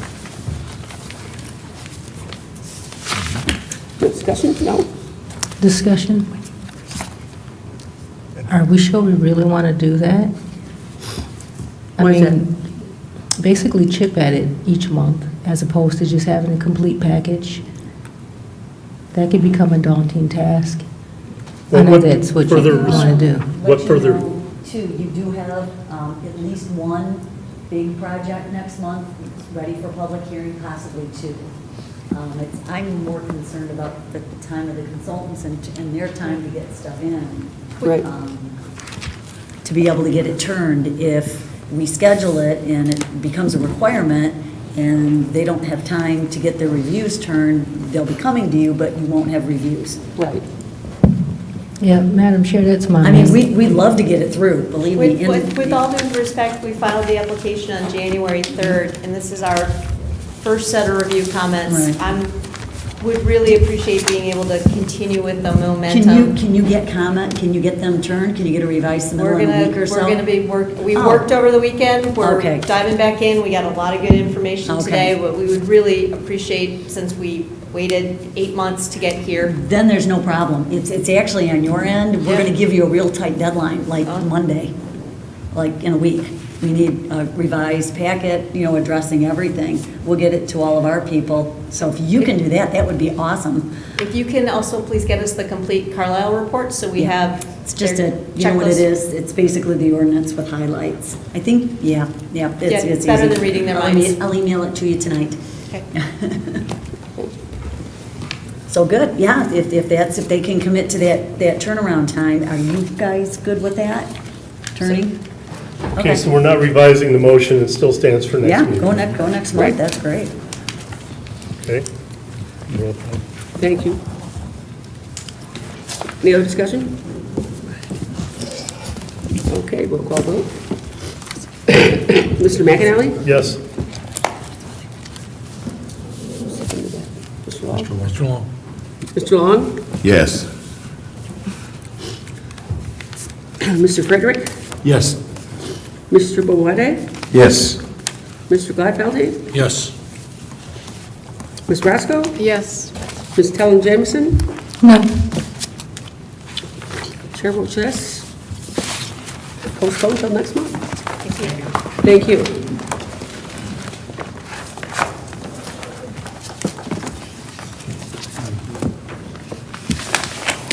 Okay.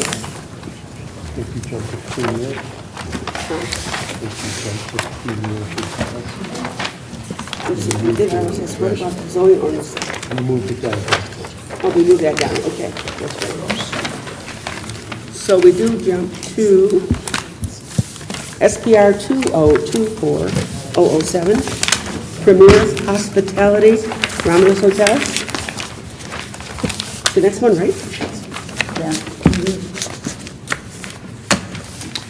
This is Tony from AKT Peerless, one of our consultants on this project.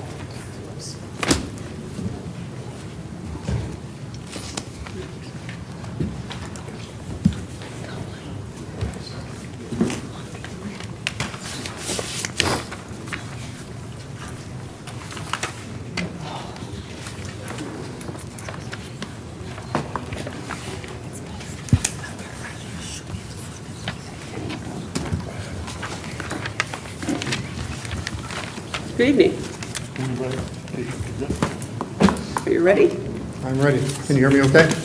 Yes, we can, please. Yes. Name and address for the record and comments about your proposal. My name is Andy Andre from Triumph Engineering, 10775 South Saginaw Street, Suite D, Grand Blanc, Michigan, here on behalf of the applicant Premier Hospitality. We'd like to go through, I can go through the plan. We can discuss any of the questions you might have and hopefully be able to move on with the project. What we're talking about today are a proposal of 2 hotels along Wood Road, along vacant property. First of all, I'd like to talk a little bit about the applicant Premier Hospitality. It's a group that owns or operates over 30 hotels in Michigan, and so a very seasoned owner and operator. We have owner representative here as well as from North Point, the developer, so you guys are very familiar with them. And so we are proposing 2 hotels, as I mentioned, vacant property that's located within the North Point development area along Wick Road.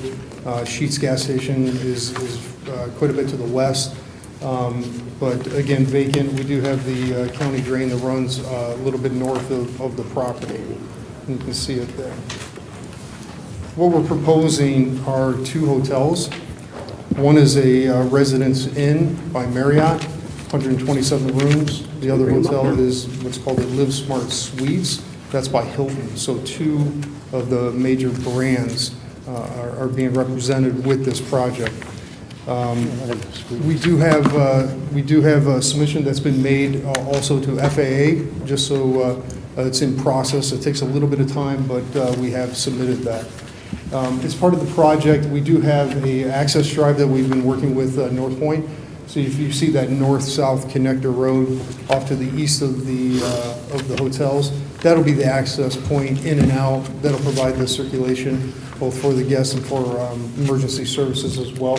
And that will extend up to the interior road that North Point has as well. So now you're starting to see some of the connectivity of the individual projects there.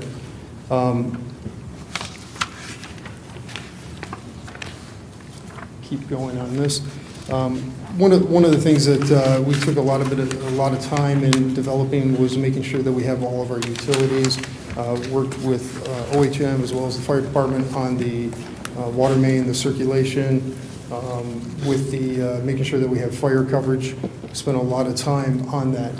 So as far as that, we'll be extending water main onto the property. We're providing a loop system that'll have hydrants throughout. The buildings are fully suppressed, so they'll have the fire department connections. We showed those locations on the plan. Those are per the locations that the fire department had requested. And as I mentioned, we do have the fire hydrant coverages as well. There's sanitary sewer that's located on the southwest portion of the property, so it's an easy extension to be able to bring that utility across. And one of the things that we're also doing in cooperation with North Point is extending both the water and the sewer beyond that north-south access road, so it wouldn't have to be disturbed in the future. It would be an easy connection and continuance on there.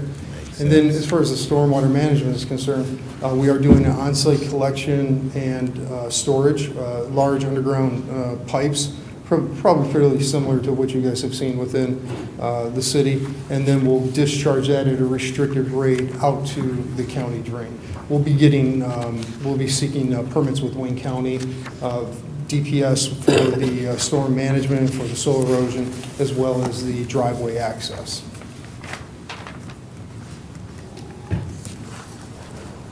Lots of lines to show all the utilities that we're running. It's like spaghetti utilities out there. So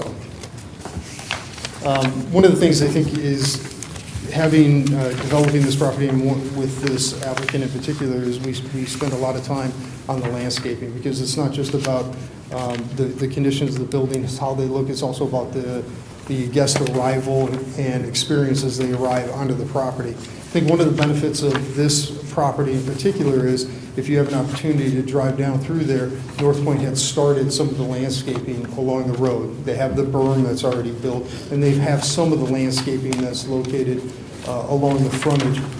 In this plan, when you have an opportunity to take a look at it, we've expanded obviously quite a bit beyond that. We're exceeding the minimum requirements when it comes to the landscaping, both on-site, along the frontage, and so on. So special attention to the way the properties feel, look, and are maintained are very critical when it comes to this, especially as we're talking about Marriott and Hilton properties.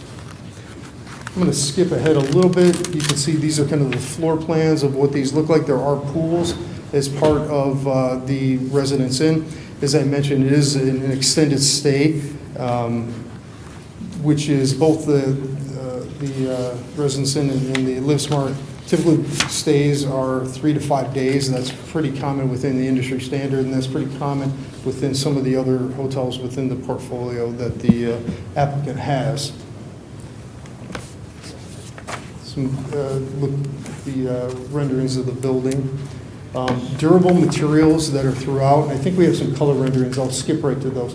So you can get an idea between brick, some ephes that use as an accent, but mostly brick and durable materials because, as I mentioned, own, operate, and these are properties that they'll hold on to and want to have good care of throughout. And so there's a lot of attention that's paid into what the materials are right up front. I'm going to skip over here. Here's the floor plan for the Live Smart Suites. Again, extended stay. I'll talk a little bit more about that and some of the things I think we are interested in. But suites is the style here. And I'll jump a little bit again to what the building looks like. You can see a color rendering again, brick,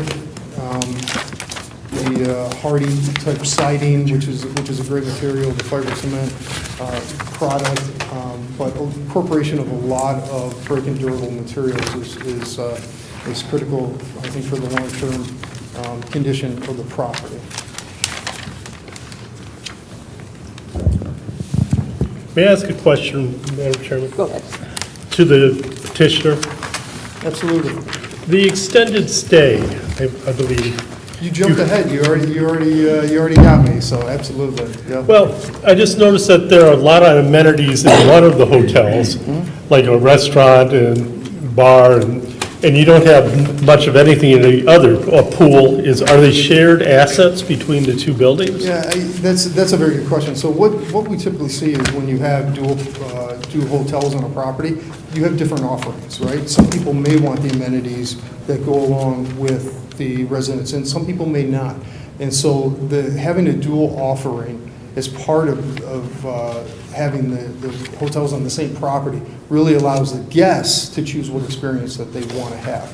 If it's a case of a guest that's staying at Live Smart says, well, we want to have access to the pool, I do believe that is worked out, but traditionally they stay within the confines of the hotels themselves. And the only reason I bring that up is because there aren't a lot of, I guess there are if you go all the way to Merriman Road, but there isn't anything close by for somebody to go eat, and they'd almost have to go to your hotel, to your other hotel. Right. And one of the things as we talk about the extended stay hotel, there's not a restaurant that's part of the hotel the residents in. It's a continental breakfast is what's served, and so it's not a full service restaurant like you might see in some other locations. It's guest oriented continental breakfast, and so again, you have different offerings, you have different price points, very truthfully, between those properties that guests have the ability to choose.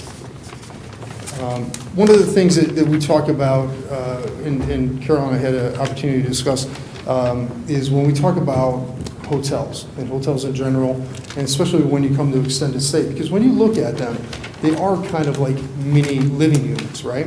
They do have kitchenettes, they have it, but they're on the smaller side. And I know one of the thoughts is, because we've gone through this in other applications as well, in other municipalities, is what is transient and non-transient when it comes to the hotels, right? And so just want to give you a little bit of background. The hotels, this is according to Michigan Building Code, the hotel is think of it as mixed use, kind of the mercantile, the offices on the first floor, some resident rooms on the first floor, guest rooms, and then guest rooms above. And so that component of the guest rooms is really residential in nature by the building code. And by Michigan Building Code, it's section 310.3, residential group R1. It says occupancies containing sleeping units where the occupants are primarily transient in nature include both hotels and motels, okay? So it is a transient environment. So what does transient mean? That is when you have an occupancy duration or unit of sleeping unit for not more than 30 days.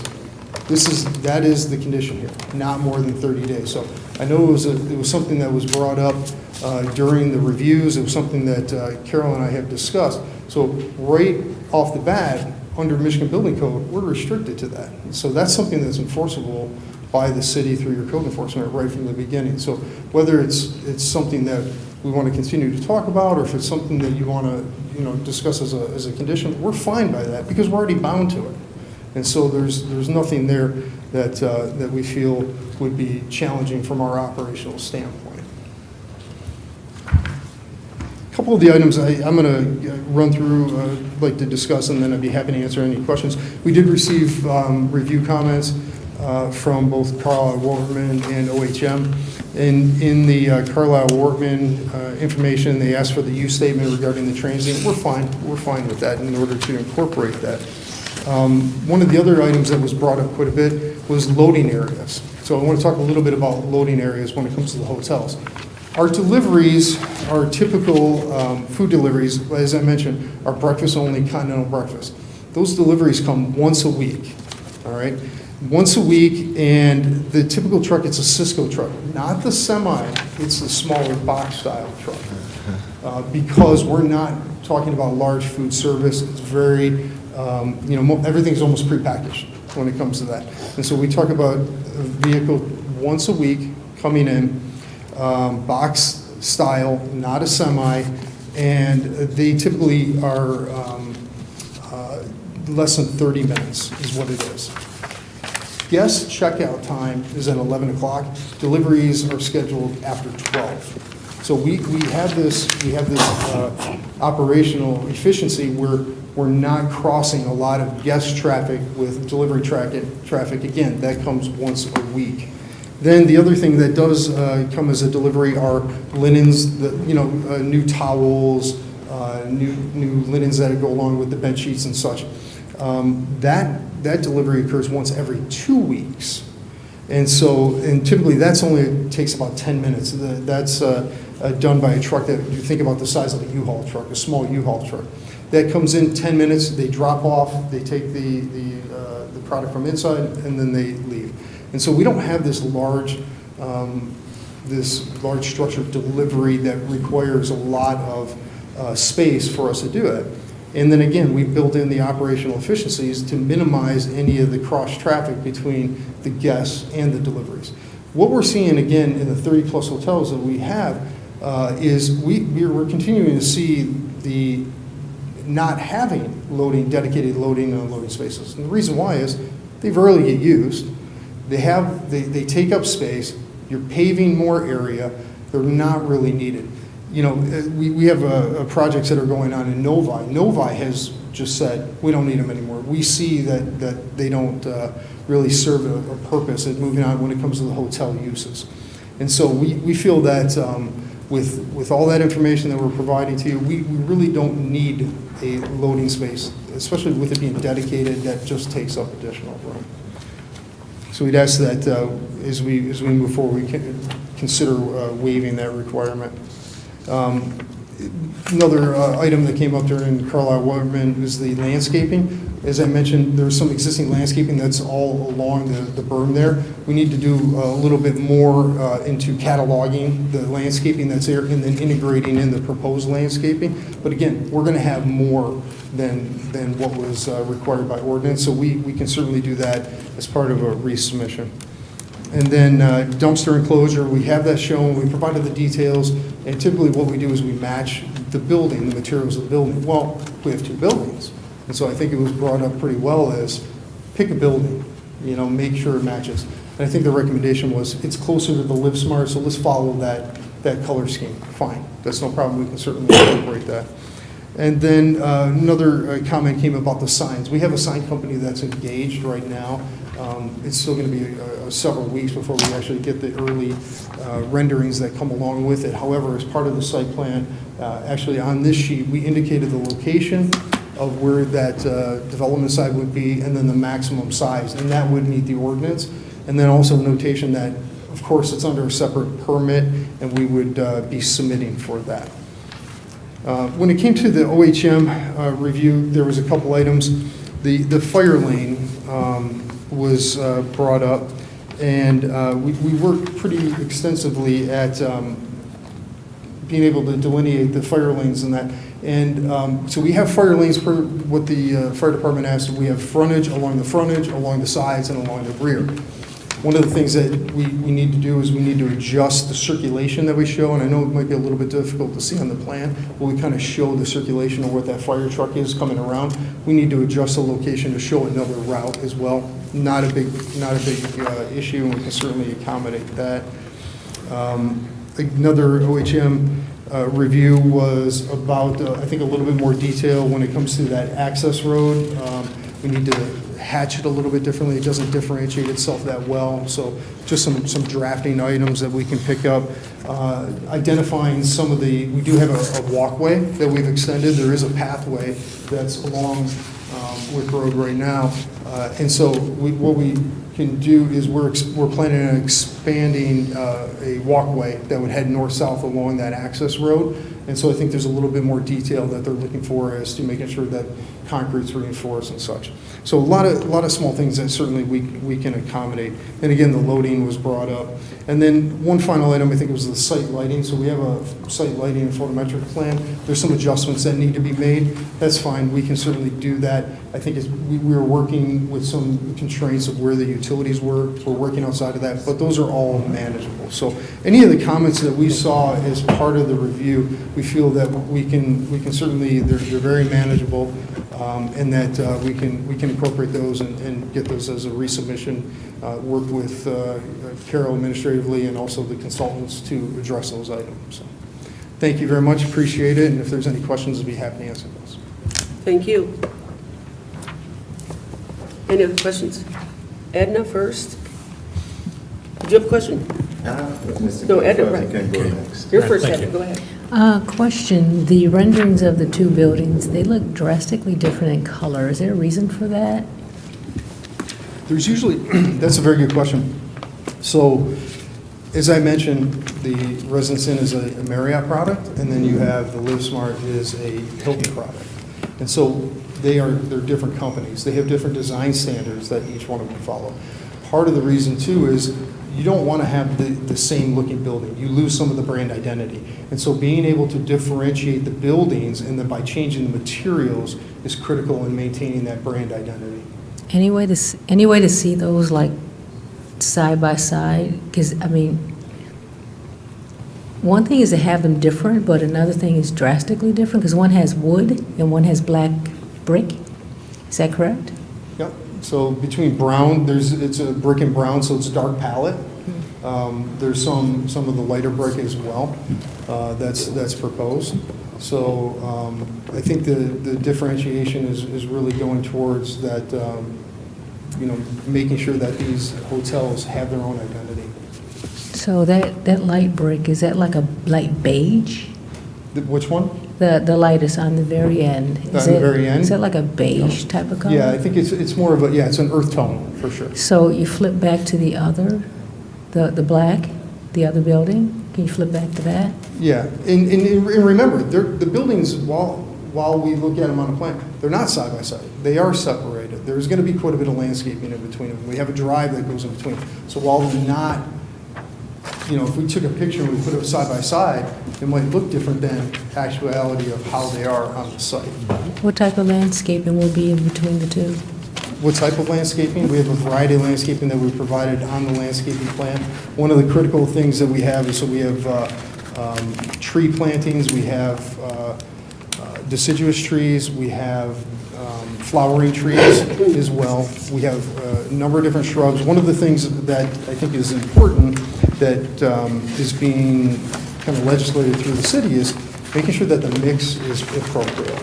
And so as part of that, if you look, we provided a diversity calculation to make sure that we're not overpopulating some of the species as part of that. And so we have a variety of different plants. So just for instance, on the deciduous trees, so our leaf trees, 1, 2, 3, 4, 5, 6, we have 7 different varieties. So that variety spread pretty evenly throughout the site will provide that diversity. We also have evergreen trees, 4 different types of evergreens. And so I think that visual breakup will also be pretty characteristic of this property as well. And when you have a chance and you have that landscaping plan in front of you, there's quite a bit of information on there. So the maturity height, do you have an idea? The heights? Yep. So Yep, of the maturity of the... The maturity? Yep, of the trees. So, yeah, that's a good question. So when they get planted, 2.5 inch is on the caliper. That's simply going to be about 8 foot tall. Maturity, they're going to grow to 15, 20 feet, depending on the area in which they're planted. The evergreens are going in at 6 feet, or they're 8 feet. I don't have my glasses, so please But we'll see those, those will grow early on half a foot or so a year. So there's already fairly mature trees being planted. In a lot of cases, 2-inch would go in, we're at 2.5-inch, having 8-foot evergreens. So we're going in at a stepped up mature level already. Okay, thank you. Thank you. Mr. No. Guadi, did you have anything? Mr. Gladfeldy, then. Mr. To the chair. Gladfeldy? I heard you mention a building product that we're not real crazy about in this town, is EFS. Sure. We don't like it on the lower level because of a lot of damage from the weed whips and lawnmowers. Absolutely. Where are you planning on using it, the second and third level, or? Yeah, as accent material above. So if you see, here's an idea. If you look, all first floor wrapped entirely around the building, brick. The EFS is second floor and above. So it's just for those reasons, absolutely. That's what I want to hear. Okay. Absolutely. Thank you, why? sir. And not just from an initial standpoint, like you said, it's a maintenance problem. It turns into a maintenance problem right away as you start to mow, as you start to weed whip, and then it turns into not just a maintenance problem there, then it turns into a repair problem, right? So we don't like to have EFS down to the ground. Thank you very much. Absolutely. Through the chair, do you have a copy of the, what's this called, the traffic study? Okay. So my first question from the traffic study on page table 2, site trip generation comparison. The comparison here, traffic impact study 2022, is comparing fast food restaurant with drive-through, fast casual restaurant, street retail plaza to hotel. Is there a reason why that was picked? Sure. Yeah, let me talk to you a little bit about where this started was. As part of the development, North Point has done a master traffic study. And so as the uses have been identified, like a hotel, now it's going through and they're updating the traffic study. So the first part of that, where it says traffic impact study 2022, that was assuming uses of a drive-through, those uses here. We've changed that and we're going to a hotel in comparison. So what this table is showing is that the proposed hotels actually generate less traffic, and that's why you have the negative number, as compared to the uses that were originally thought for this particular property. Because one of the things when it comes to traffic is there's, if you look on that table, there's a land use that says all suites hotel. All suites hotel are a little bit different than what you would consider for like a normal service of like a Holiday Inn or something like that. All suites hotel generate less traffic because it captures people tend to stay a little bit longer and they don't come and go, they stay there. So it's even better for the use to be the all suites hotel, the extended stay. It actually reduces the traffic. So I think that the intent of this was to show how does what we're proposing relate to what was already approved and what was proposed. And what it's showing is we're projecting to generate less traffic. Okay. And so this goes to Carol and possibly Jessica. If my memory serves me correctly, I believe we gave an approval to change from regional center for the North Point development to? For North Point to the north, but not along Wick Road. So Wick Road is all regional center. Okay, Wick Road is all regional Right, center. correct. Okay. Because my assumption, maybe again, my memory does not serve me right, was there was going to be like commercial shops there on Wick Road. I don't. There was I think when North Point came in, they had the whole thing, they had the whole campus, planned out and showed you buildings for the industrial, showed you the one thing they knew for sure was the gas station on the corner. And then Okay. everything along Wick Road was all some kind of regional center commercial. So, Yeah, because if I remember, that was part of the conditions that, made us go back and forth over the years to make sure they provided something that was viable for the city. If they were going to be bringing warehouses, we wanted retail, yeah, thank you. We wanted like retail space that could serve as maybe potential grocery stores or, something little retail, commercial, and that's why I'm a little surprised at the comparison with, fast food restaurant. I'm not sure if that can or, would even be approved. It actually, I think what you're referring to is that conditional rezoning agreement that went with it, that it talked about some of the uses along there, and we got into some discussion with it with Tesla, being that, again, talking about, I think, Jerry, you even brought up buildings, and that it needed to be, because there was some reference, very general reference in that conditional rezoning agreement. Steve, you granted an opinion, I believe, on that section, and uses permitted in the regional center district were found to be retail. You're thinking of it as a store. You go to a store where retail is this is service. It falls into a more specific category for us for zoning and building code stuff, but it's still falling in that bigger picture of commercial retail. You're selling something. They're selling a service. They're hotels that are you pay for, you lodging, it falls under that category. So are you questioning whether this use is allowed?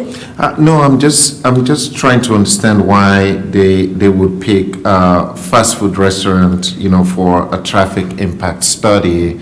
You're talking about the basis of the study. Through the chair, may I respond to that? My name is Robbie Wynn with North Point Development. And so part of this study is to be conservative in nature, right? To understand how traffic might be impacting the local roads and how we can best address those. So with our study, it is conservative in nature. As you've seen, as you've driven along Vining, that the signals are installed now. And so that was to handle traffic that was projected from our warehouse industry or industrial facilities that are being created, along with this retail strip along Lake Road, to make sure that had the proper, sequencing to take on the capacity that would be added through our developments. Yeah, but I'm trying to understand why a fast food restaurant will be used as a base. Because that was conservative at the time. The retail, the commercial piece is speculative. So we have partners such as Premier, who is taking on this space. We did not have discussions in 2022 when we were proposing our industrial facility. So we were being conservative with higher numbers so that we could approach or address the traffic concerns early on. And so with the reporting, you can see lower down in the table, I think it's 3, you can see right now with what's being proposed for the site, we're currently 700 trucks less than what was proposed, which was the key concern, but also 7,000 cars less entering the road. Okay, so what you're saying to me is this traffic impact study, if I take out the whole restaurant and I blot that out, you're saying those numbers were what was used for the traffic impact study when we approved the conditional rezoning. Am I understanding? That's correct. Okay. Okay. Are you done? No, sorry, just one more question.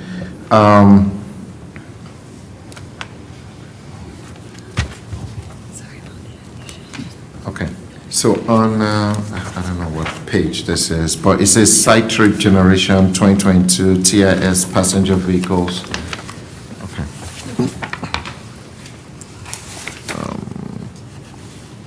So total number of trips here, total bypass 5,585, and total new trips 7,349. Can you explain the bypass with respect to the total? If I may, through the chair. Go ahead. The bypass trips are trips that are already routed along that road network, and they are stopping and making this a destination along their route. Then there are destination trips, which is the difference between that 73.49 and the 55.85. So those trips are specific destinations. They may be getting off of I-94 and coming to a spot on this campus. So the bypass trip is someone that's already going by this location, and then the remainder of those trips are destination trips. Okay, thank you.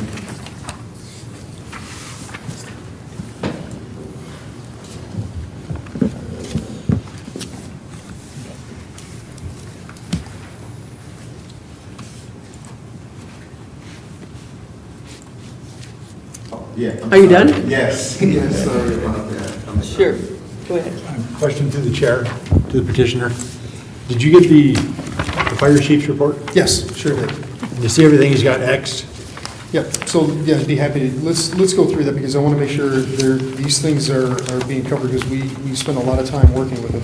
So, when we talk about, the first one is about fire pumps and risers, we don't know if we need them, but we do have a dedicated room that's needed for that. We actually identified that right on our plan. It's in they're both in the back of the building. So, if we need them, we have the designated space for those.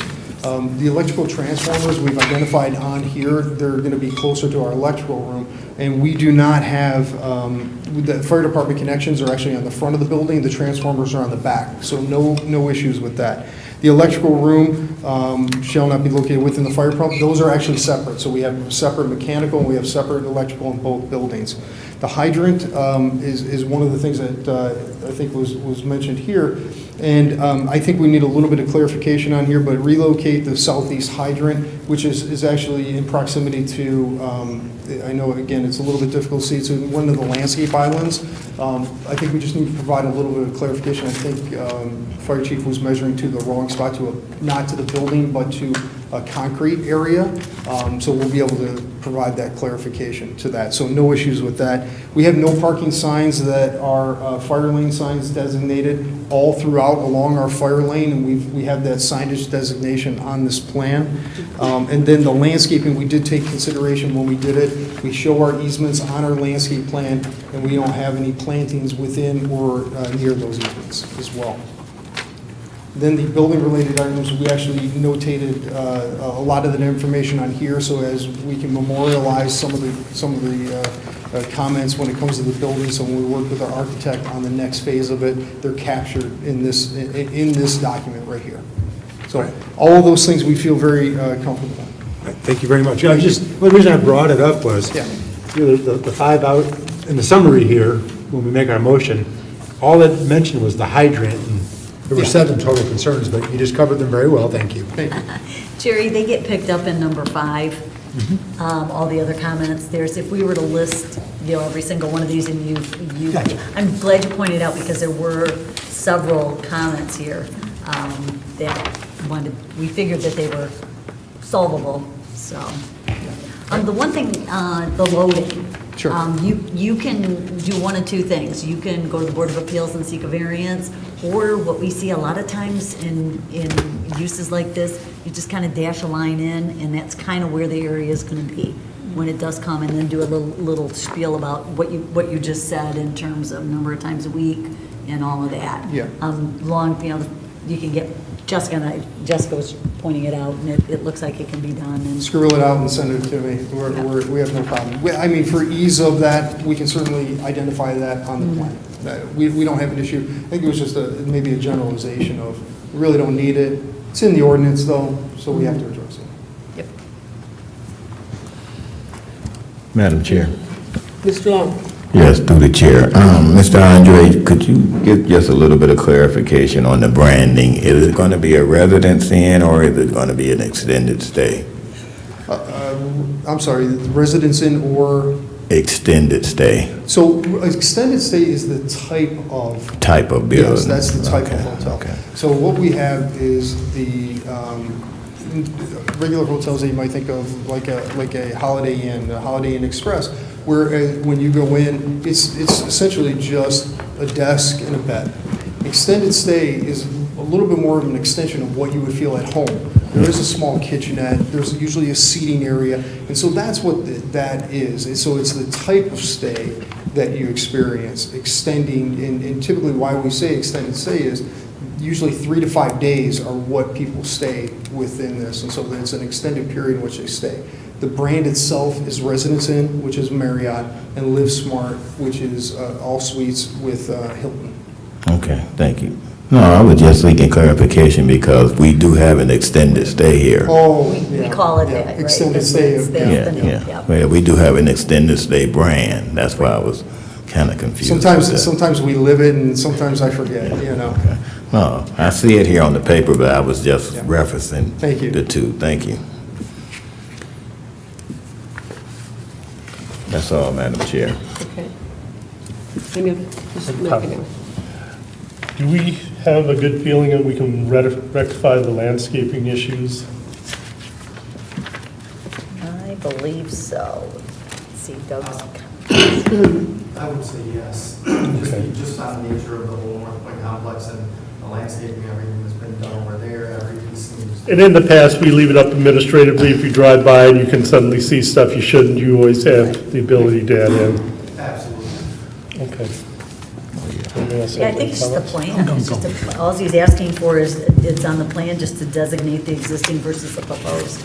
So it's really, it's nothing really to. Right. Except Well, the the plan. list of items says a revised landscaping plan is Right, required. I but just to wanted do make this, sure. and so the statement that he's got is clearly designate existing and proposed plant materials separately. That's all he's looking for. We have no issue with that. I think all that comes on the plan is if you drive by now, there's already some landscaping along the berm. We just need to do a better job on the plan designating what's there and then what's proposed to be installed. So we can certainly clarify that.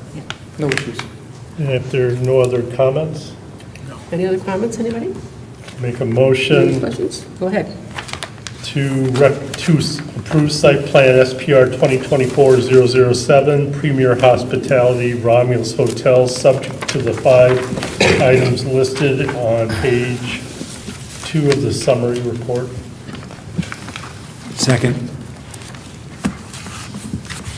A motion from Mr. McEnroe, supported by Mr. Frederick, to approve the site land for Premier Hospitality, Romulus Hotels, SPR 2024-007. Is there any discussion?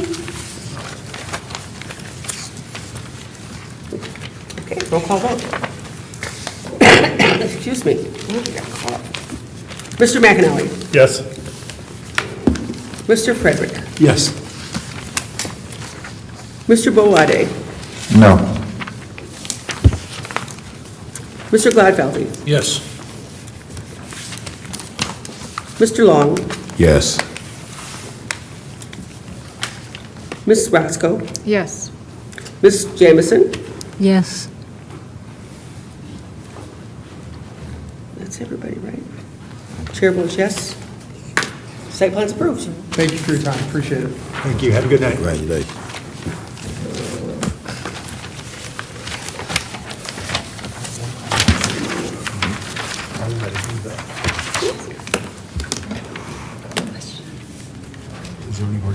Yeah, right. Now we go back to the zoning ordinance text messages.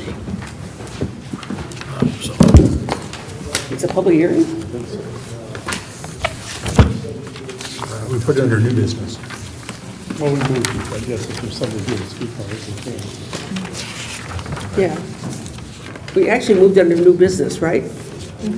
Yep.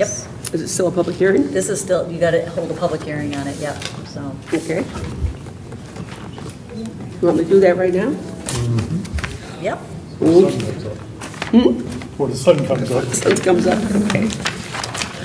Okay, we are talking about, if I can even find my notes here, TA 2024-002 zoning ordinance text amendments. Section 3.06, parking and storage of recreational vehicles, commercial vehicles, and automobiles in residential districts. We will open the public hearing at this time. Let the record show we have on file an affidavit of first-class mail. If anyone wishes to speak on this matter, please come forward, give us your name and address for the Do you want Steve to present it first? Do you want Steve to present it first, so if anybody at home is watching, they can know what the That's just a recommended technicality. changes are? Go ahead, Steve. You sat through all this. Go ahead, take all the time you want. Okay, I'll take a couple minutes. Well, you saw this last time. This was driven by some citizens who were having complaints about recreational commercial vehicles being parked in the streets, particularly at night going home from work or in the morning when you're trying to leave out of your driveways.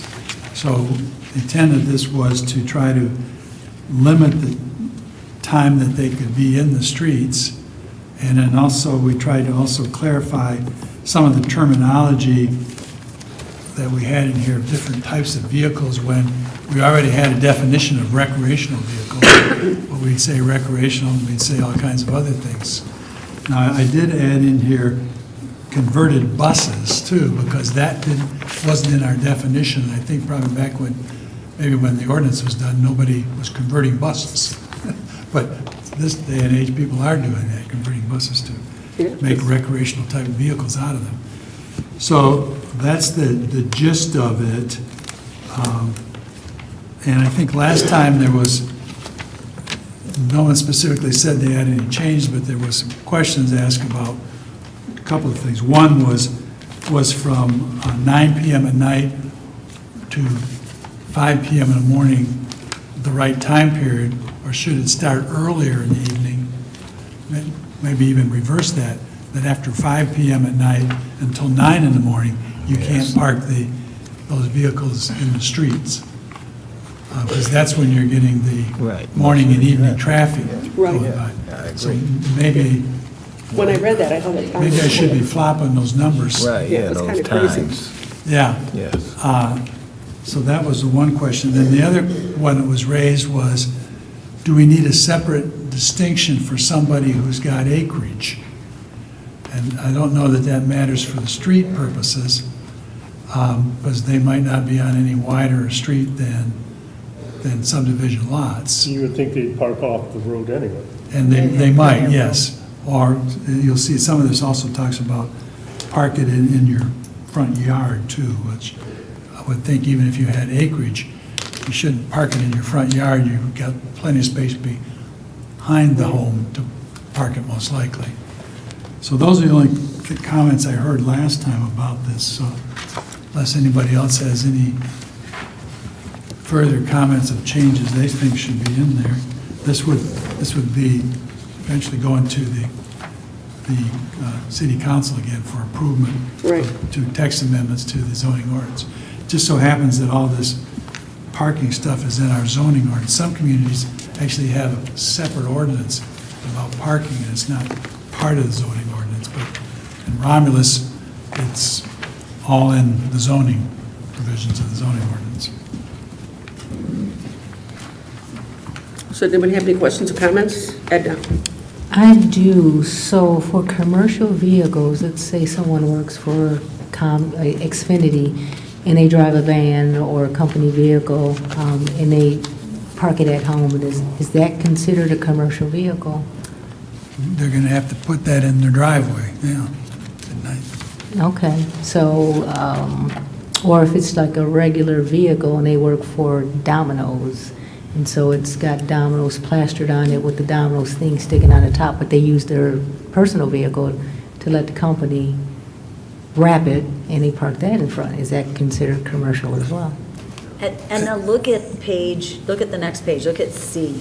It says commercial vehicles and it lists what they are. And you guys that know these things with weights, yeah? Like a Comcast van. Just because it says Comcast, does it fall into these? Or is it a certain size? 32 feet. Well, you could have a smaller vehicle that's a commercial. It's a commercial vehicle, like I said, Commercial vehicle, and it's but under it- 10,000 pounds. So can you park, because it says here, one commercial vehicle may be parked on a residential lot where all the following conditions are met. So say Well, on it's, the lot, yes. yeah, It's not- so But not in the street. it doesn't, Okay, So that, because all these things that are, so it says any vehicle, so all of them have to be met. So that's my question. They cannot park on the street if they, regardless of the size of the vehicle, if it's being commercial because they have that, Because they have the logo. the on it. commercial placard or wrap on whatever, there. yeah. But they could be parked in the driveway, because my question is, because we have that issue right now in our subdivision, because there are some people, we have one person that works at DTE, two people that works for Xfinity, and another person that has a pickup truck that works for some other company. And that's their personal vehicle, but it has the company wrap on it, and so they do drive them, and they do park them in front of their homes, and some of the neighbors have complained, because they got violations for other things, and they say, well, you let them park their vehicle there. So, if we're able to say, well, the city doesn't allow it, then it makes it a little bit easier for us. Well, most of those are going to be not just a sedan car, though. They're going to be a bigger vehicle. They're like a van or a truck, a pickup truck, or SUV. They're not the oversized vehicles, they're regular vehicles, these are people's personal cars that they let the company put a wrap on it so that they can get some kind of pay for that. But we do have probably about at least 4 of them, and they for years, and they are considered commercial, I guess, because they have the wrap on If they're in Can I ask they're in the driveway, they're all right. can I ask a question about that? So if they didn't have commercial badging on them, and they were their personal vehicles, there wouldn't be a problem? No, Same van. I know, but it's just because of the decal on it, that advertising. I have a neighbor, That changes it. it's still the same size vehicle. I know, but it's How does it considered, change it? it's considered commercial once you start putting that advertising on it. So You're Steve, using it for commercial purposes. Exactly. But it's still the same size vehicle. What we're trying to do is prevent people from having their driveways blocked by somebody brings a dump trailer home, or a steak truck, definition of or commercial a vehicle. roll-off. That's what the intent of it. so we're looking at the definition of commercial vehicle in the definition section and matching that with the standards for them. So does a vehicle, just because it's got wrapping on it, become a commercial vehicle, or does it have to meet those conditions? So if it's somebody who's a Molly maid, let's say, that's now a commercial vehicle, they can't park in the street? That's what we're trying to find out. Well, If it's defined there. it wouldn't meet the requirement that it has to, may or may not bear a I think if commercial you drive license. if you drive it with GVW, Yeah. Right. you're into the right direction. I don't think I would go with, just because it's badged or, placard, if it's a normal-sized vehicle, like the same as they would have drove anyways if it hadn't had let's say, like, I have a neighbor with DTE van. It's the same size vehicle you could buy, Ford Transit, take DTE off, it's the same vehicle taking up the same space. I don't see where that's an issue, unless you get into the heavier GVWs. I think it's gonna cause more trouble Right. to lump all commercial together based on the fact that it's got a name on the door. Some of you that were on the planning commission when this ordinance got written probably recall the whole discussion about the magnets.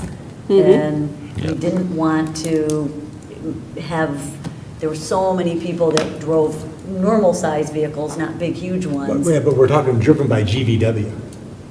So if you go by the GVW, that's into the Right. oversized vehicle. Exactly, that's what, And that's magnets, why. we gotta throw Right. magnets out because there's aluminum pickups. Right. So it was the size that was what Right. kicked it in. So, Same vehicle sitting there, take DTE off the Right. door, At it's the not moment, an issue. the moment it doesn't have to be a 10,000 pounder, which is the line in which you have to have a commercial license, I think, to operate it. Right. To get caught by this. So if you're saying it, we don't want to catch anything other than 10,000 pound. That's kind of what because you would, trust me, you're gonna have people irate. Because I have never seen this DTE van in a driveway where the guy lives, but he takes it every day. So I don't even know which house it is. But that may cause more of a problem as far as blocking a sidewalk. But he parks it in the street every night? Yeah. Yeah, because if they got to pull it in the driveway, like you said, it could block the sidewalks and everything Yeah, else. it could- so if you take DTE off it, and he owned the van, it's the same size vehicle, taking up the same amount of space. I don't see where that's an issue until you get into the big GVWs or the dump trailers. Let's say a guy pulls in there with a stake bed with a dump trailer, because he does roofing, like, let's say he works for Mr. Roof, just an example. And he's bringing that rig home at night, that's the problem I think we're talking about here. Would that one weigh over 10,000 pounds? Oh, God, yes. Yeah. Especially with the dump trailer, like a tandem or triaxle dump trailer, and it could be 20 feet long all by itself. It just doesn't seem like you should say, like, just because it says Molly made on the door, it can't park in the street. I think it would create a burden for the ordinary citizen, an unnecessary burden. Well, the ordinance does have one qualifier, and it says it has commercial plates, commercial license plates. But that's not controlled by the 10,000 pounds necessarily either. You could have something, technically, if you're an Uber driver. You're a commercial vehicle. You're a commercial vehicle, and you're supposed to have commercial plates on your vehicle. So that statement, it would probably relieve some of the small pickup trucks that are used part-time for something because they're not getting commercial plates for those.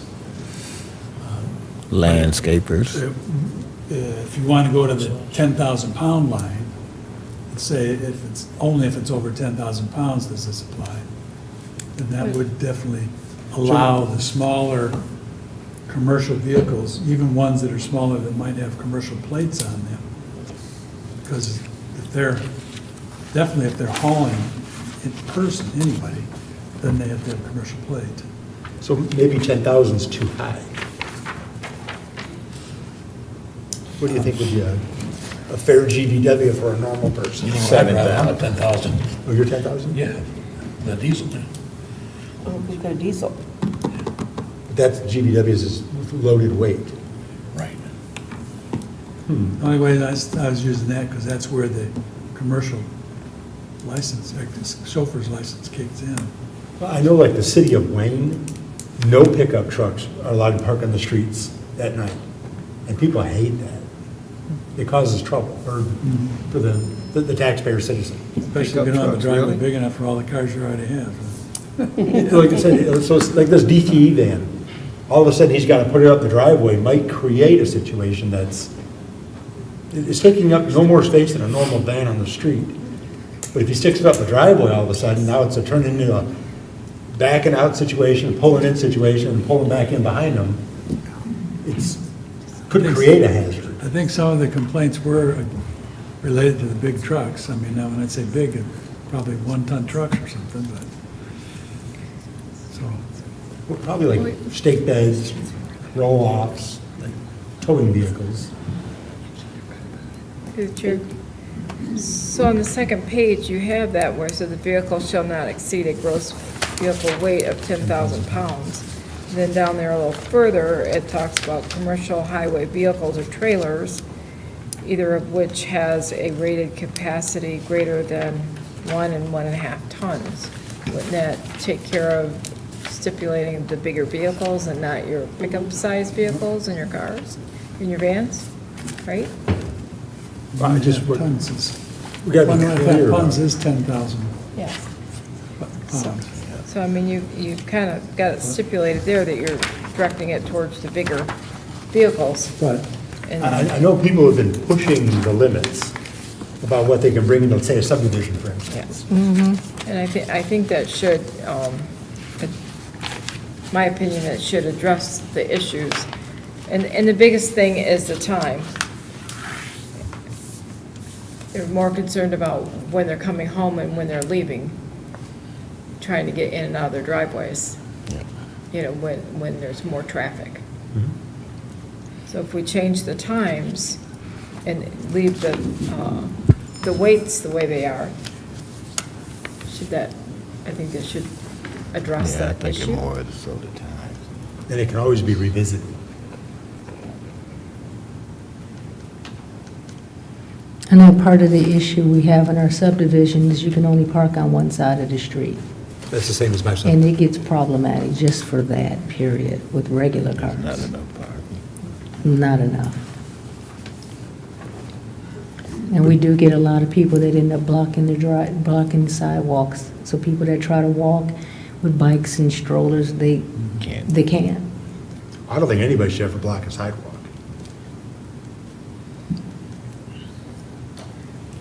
Now, you can already get a ticket for that. So why you want them to park in the driveway then? I think the problem Write is, more citations. it was explained to me, but some of them was that you have staggered driveways. So if you're across the street from where you want to park your truck on the road is dead center on the exit of my driveway. Yeah. Because the driveways don't line up with each other going. But that could just be a regular car with no placard, there's no difference. Well, the bigger they are, the worse it is, but But, yes. so like a normal-sized Transit Connect van, or what are the Chryslers called? Sprints, That's what, Sprinter? sprinter vans. It's, if a person owns that vehicle outright, no commercial, and they park there, it's the same thing. It's no different. The placard's not gonna And if it wasn't, make the vehicle bigger. It's just gonna create a hardship for the person that's their job, like this DTE guy in my subdivision. He's just fine, How Sam. many passengers will a Sprinter van, how many passengers will a Sprinter van hold? It can be between 2 and 16. Like a hotel van, for instance, is 16. But those are primarily dualies, too. It's a tricky, You guys had quite the discussion about it, I remember years ago, to get to this. I'm just pulling up examples I know for a fact, I pass and every actually, morning. when you talk about the Sprinter van, I mean, it could be a recreational vehicle too, if somebody's got it all decked out for camping type stuff inside of it. Now it's a recreational vehicle probably, and under the definition, it's not a big car. It's a tricky stuff, it's tricky stuff. Yeah. I just don't think we should arbitrarily, out of the blue, create a hardship for the everyday person. Okay. We could baby step into it with the GVWs, the times, and the trailers at 100, was it 1.5 ton? Right. Okay. Are you looking to postpone this and revisit it? I think we should Because I don't know that we can solve this tonight. Yeah. We can't. And we can talk back and forth. Yeah, about wait, this. I think we need to revisit this again. Yes. Sorry. Okay, I'll make a motion to postpone TA 2024-002 zoning ordinance text amendment, parking and storage of recreational vehicles, till such time we can bring it back and reevaluate. I didn't have that paperwork either. Support. Who supported it? Edna. I have a motion for Mr. McAnally. Yeah. Supported by Ms. Jemison to postpone, where am I?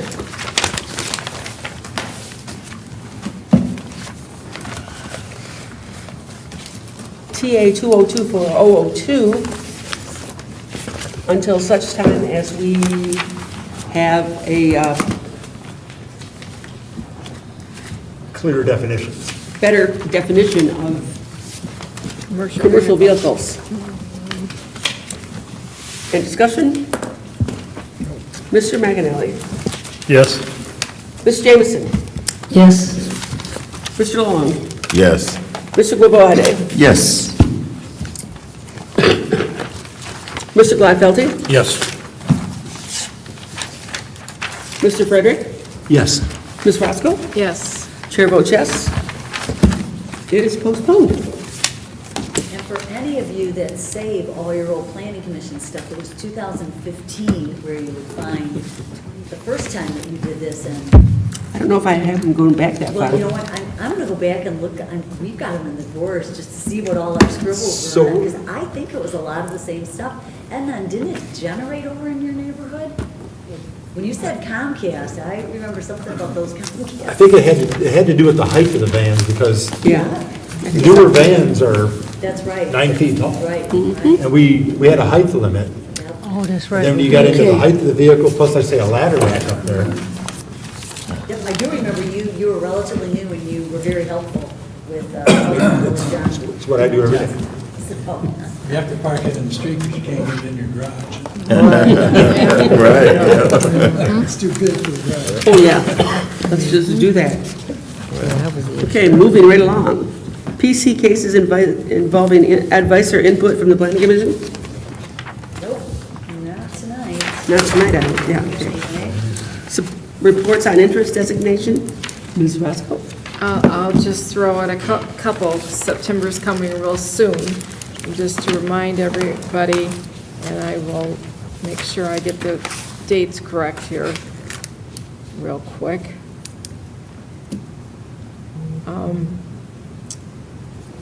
So the Rotary is going to have their Parade of Lights before the Pumpkin Festival, but I want you to know that you need to put in your application. The deadline for the application is Friday, September 20th. It's only like $10 donation to put in and to have your float, your bike, what have you. If you go online underneath the Romulus website, you can get all the rules as to what you need for that. And plus the application is there and everything else. So just that's the reminder, get your application in before the 20th of September for the lights. And then, of course, the Pumpkin Festival is September 20th, 21st, and 22nd, downtown Romulus here. So put that on your calendar. And the other thing is, put on your calendar, the citywide garage sale is September 26th and 27th, 28th and 29th. So it's the end of the month. And if you want your address on the website and on the yard sale list, sort of say, please get that into the clerk's office like really soon, because they start putting that out a couple weeks beforehand. And other than that, I don't really have anything else tonight. That would be it. Does anybody else have anything? Yes, Madam Chair, I'd like to expound a little bit on the Pumpkin Fest. Sure. So there's a 5K walk that will be Saturday morning. You cannot walk up and register. You have to do it online ahead of time because they need a head count, because they will be giving gifts and medals. We also have Romulus's Got Talent that will be on September 22nd, so they're still looking for entries, but I do believe that's coming to an end pretty soon for people who want to compete for Romulus's Got Talent. And also on the 22nd, we have moved the Hometown Superhero Award Ceremony to that day, and they have extended those people who want to submit someone's name who've been an exemplary citizen, business person, educator, high school student, elementary student, middle school student, city worker. So there are a ton of categories. We really want to get some submissions for the children, because I think they need to be included and acknowledged for the things that they do. So that's one of our big pushes. And so that is due by the end of this month. So we only have, a week, just a little bit over a week to go to get in those final submissions. So that will be that. Thank you. Anybody else? No one? Okay. We will move on to communications. And we have our project status reports. Anybody have any questions on this status report? I do. I have a question. Okay. So Carol, what's happening with Motown Sports Group? Are they moving forward? Did they purchase that land yet? Do we know anything? That's Jeff. That's any real recent new information, I know we're still working on probably with the Citadel now, there's still trying to move forward with the process. And we haven't obviously been using the training yet, but I know that they're working on it, and I know they're working with, on purchasing the property, but I don't know the full details of all that. So they haven't purchased it yet then? To my knowledge, not as of yet, but I don't know that 100%. Okay. Yeah, because I know there's still crowdfunding right now as well. Are they still crowdfunding? Did you say they're still funding? Yeah, they're still crowdfunding. Through the chair. Yes, Ms. Foster. I'd just like to ask, over on Oscar Road, the old Calvary Baptist Church, they're doing all kinds of stuff over there. What are they doing? Who's going in there next? We know. So, I know a lot of information about that. I've met with the owners, it's the same owners that have been there for a while, there's nobody going in there. They had brought a camper over there, which is where I met them the first time. We asked them if they could stay there in the camper so they didn't need to for us, and then it's also noticed that they planted a bunch of trees there, which are, I'm actually going in there, I met with the owner this morning, I'm going there with the assistant DPW director tomorrow. They're trying to make the place look better to sell it. They're not moving in there. But then I also come to the realization that there's some vehicles, some trucks that are inside the building that all have to be removed. He's removed some. He's supposed to be removing the rest of them in a very short amount of time. They don't plan on anything going in there. They're trying to sell it. Last I was told, there was a church that was trying to buy it. I'm thinking that fell through because it's been a little while since I've heard anything. But as a property that is under enforcement, and I do have contact with the owners now, and we're trying to get everything straightened up over there. And I have a meeting at 9 a.m. tomorrow. Alrighty, thank you. Any other questions from anybody? Plan on September, as you. Pardon me? Plan on September for a meeting. So, looks like you're gonna have pilot, travel center, that'll take 1 year. I'm gonna get myself. Alrighty. Okay. So, moving right along, excuse me. My gosh, we're already at adjournment. So moved. Support. Motion from Mr. McIntyre, supported by Ms. Gibson, to adjourn. Any discussion? Mr. McAnally? Yes. Ms. Jamison? Yes. Ms. Roscoe? Yes. Mr. Long? Yes. Mr. Frederick? Yes. Mr. Gladfelty? Yes. Mr. Bobade? Yes. Mr. Frederick? You already said Did I ask you? Oh, you made it perfect. Oh, yeah, I got your name here twice. You can vote twice. You just have to Chair votes yes. Yeah, we have it. We stand adjourned. Yeah. Jimmy Crowe did. I don't think so. Jessica, is there anything else? Have you looked at that agreement at all for pilot? I have not. I have not. No, I'm sorry.